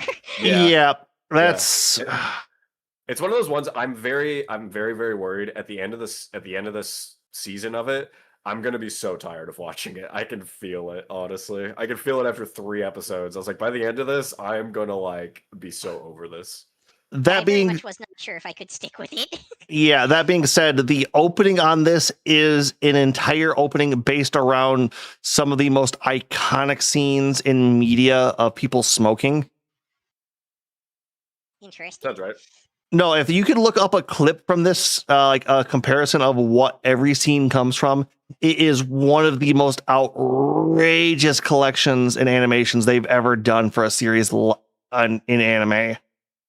And something else I have to harp on for a second, sorry, is I mean, obviously they're cat girls, but not all of them do it, but they lean into the saying "nya" at the end of every sentence, and just something about that irks me after a while. The longer I hear it, the more it like it just digs its way into my brain. You're Like, starts to maturing as a lose my weeb, mind. Bruce. You're maturing. Yeah, I guess so. I've gone beyond that, but yeah, something about that. If you use that bit too often, I'm just like, oh my god, my brain is itchy. Well, there's something interesting about that though, which is for instance, the sister character who isn't living a crap life and like has her shit together doesn't do that. And they make note a couple times that they're actually like intentionally leaning into a stereotype that is like an anti-cat girl stereotype within the context of their own universe. Yeah, she occasionally does it. There's like an episode where she does it, I think like twice. So it's something that she very rarely does, but it still comes out sometimes. Which I'd be more fine with. Okay, now here's the thing. Do we want to do this as a one episode, or does this get into the must watch? I can't in good conscience say must watch. I'm saying one episode. Yeah. I just for the conscience. If you know anything, basically here's what I would say. If you've seen any of the clips from this show, you know immediately what you're getting into. You don't even have to watch the show. If you've seen a clip of it, you pretty much know exactly what it's on about. So from there, you can make a determination. I don't think it's a must watch, but you'll very quickly know what you're getting into without even watching it. I would say it's very notable, but in a notorious sense. Yeah, exactly. It's like everybody knows what this is, but not for the reason that you want people to know what something is for. Not for that's really hype. It's more of like ooh, that one, huh? Yeah. All right. That is the final listings for what we'd recommend to watch on all of how long it takes to get a feel for all of the new shows for Spring Anime 2026. Or sorry, summer. Yeah, summer, not spring. God. Yeah. Did you accidentally end up with a second copy of Goodbye Laura down there? I don't know how that happened. I swear this never happens to me. I've never done this before. Generally, I don't. I'm pretty good on. There is one on the list. It's in Yeah. 2 episode there. Yep. But all right, we will be posting all this to our social medias later. So Discord, Twitch, Blue Sky, whatever the hell you're on. One of us is probably putting it on there. But who do we want to go and raid onto tonight, Yuki? Bye, peoples. Because I really don't have anybody big. Ending soon screen here. I need to get one of those back again. Yeah, why don't you have one, huh? What'd you do, huh? You break it or something? I had to rebuild my PC, and that never just got added back in. Oh. Yeah, I'll do it. All right. There's this Agent Q guy streaming. We could read him. Yeah, right now, dude. Right about. Who's that? Never heard of him. No, I've got Arya on Edge that we could read. Yep. Can you send me the name, please? And I will get that up. For everyone else tuning in, I will be back this Tuesday with more of Suikoden Tactics. I believe we're getting close to the end. I think we only have 1 or 2 more streams of that left, possibly. Augers. And then we'll be at the halfway point for our year of Suikoden once that's finished. Let's go. Which a little behind schedule on that one, but I might be doing some extra streams for that. Well, thank you all so much for joining us. Hope to see you all again next time on Yuki Kaze Gaming. I'm not sure when my next stream will be, to be honest. Might be a few days here, because tomorrow I've got some serious adulting, and Gross. possibly the next day as well. Boo. Yep. All right. Later, everybody.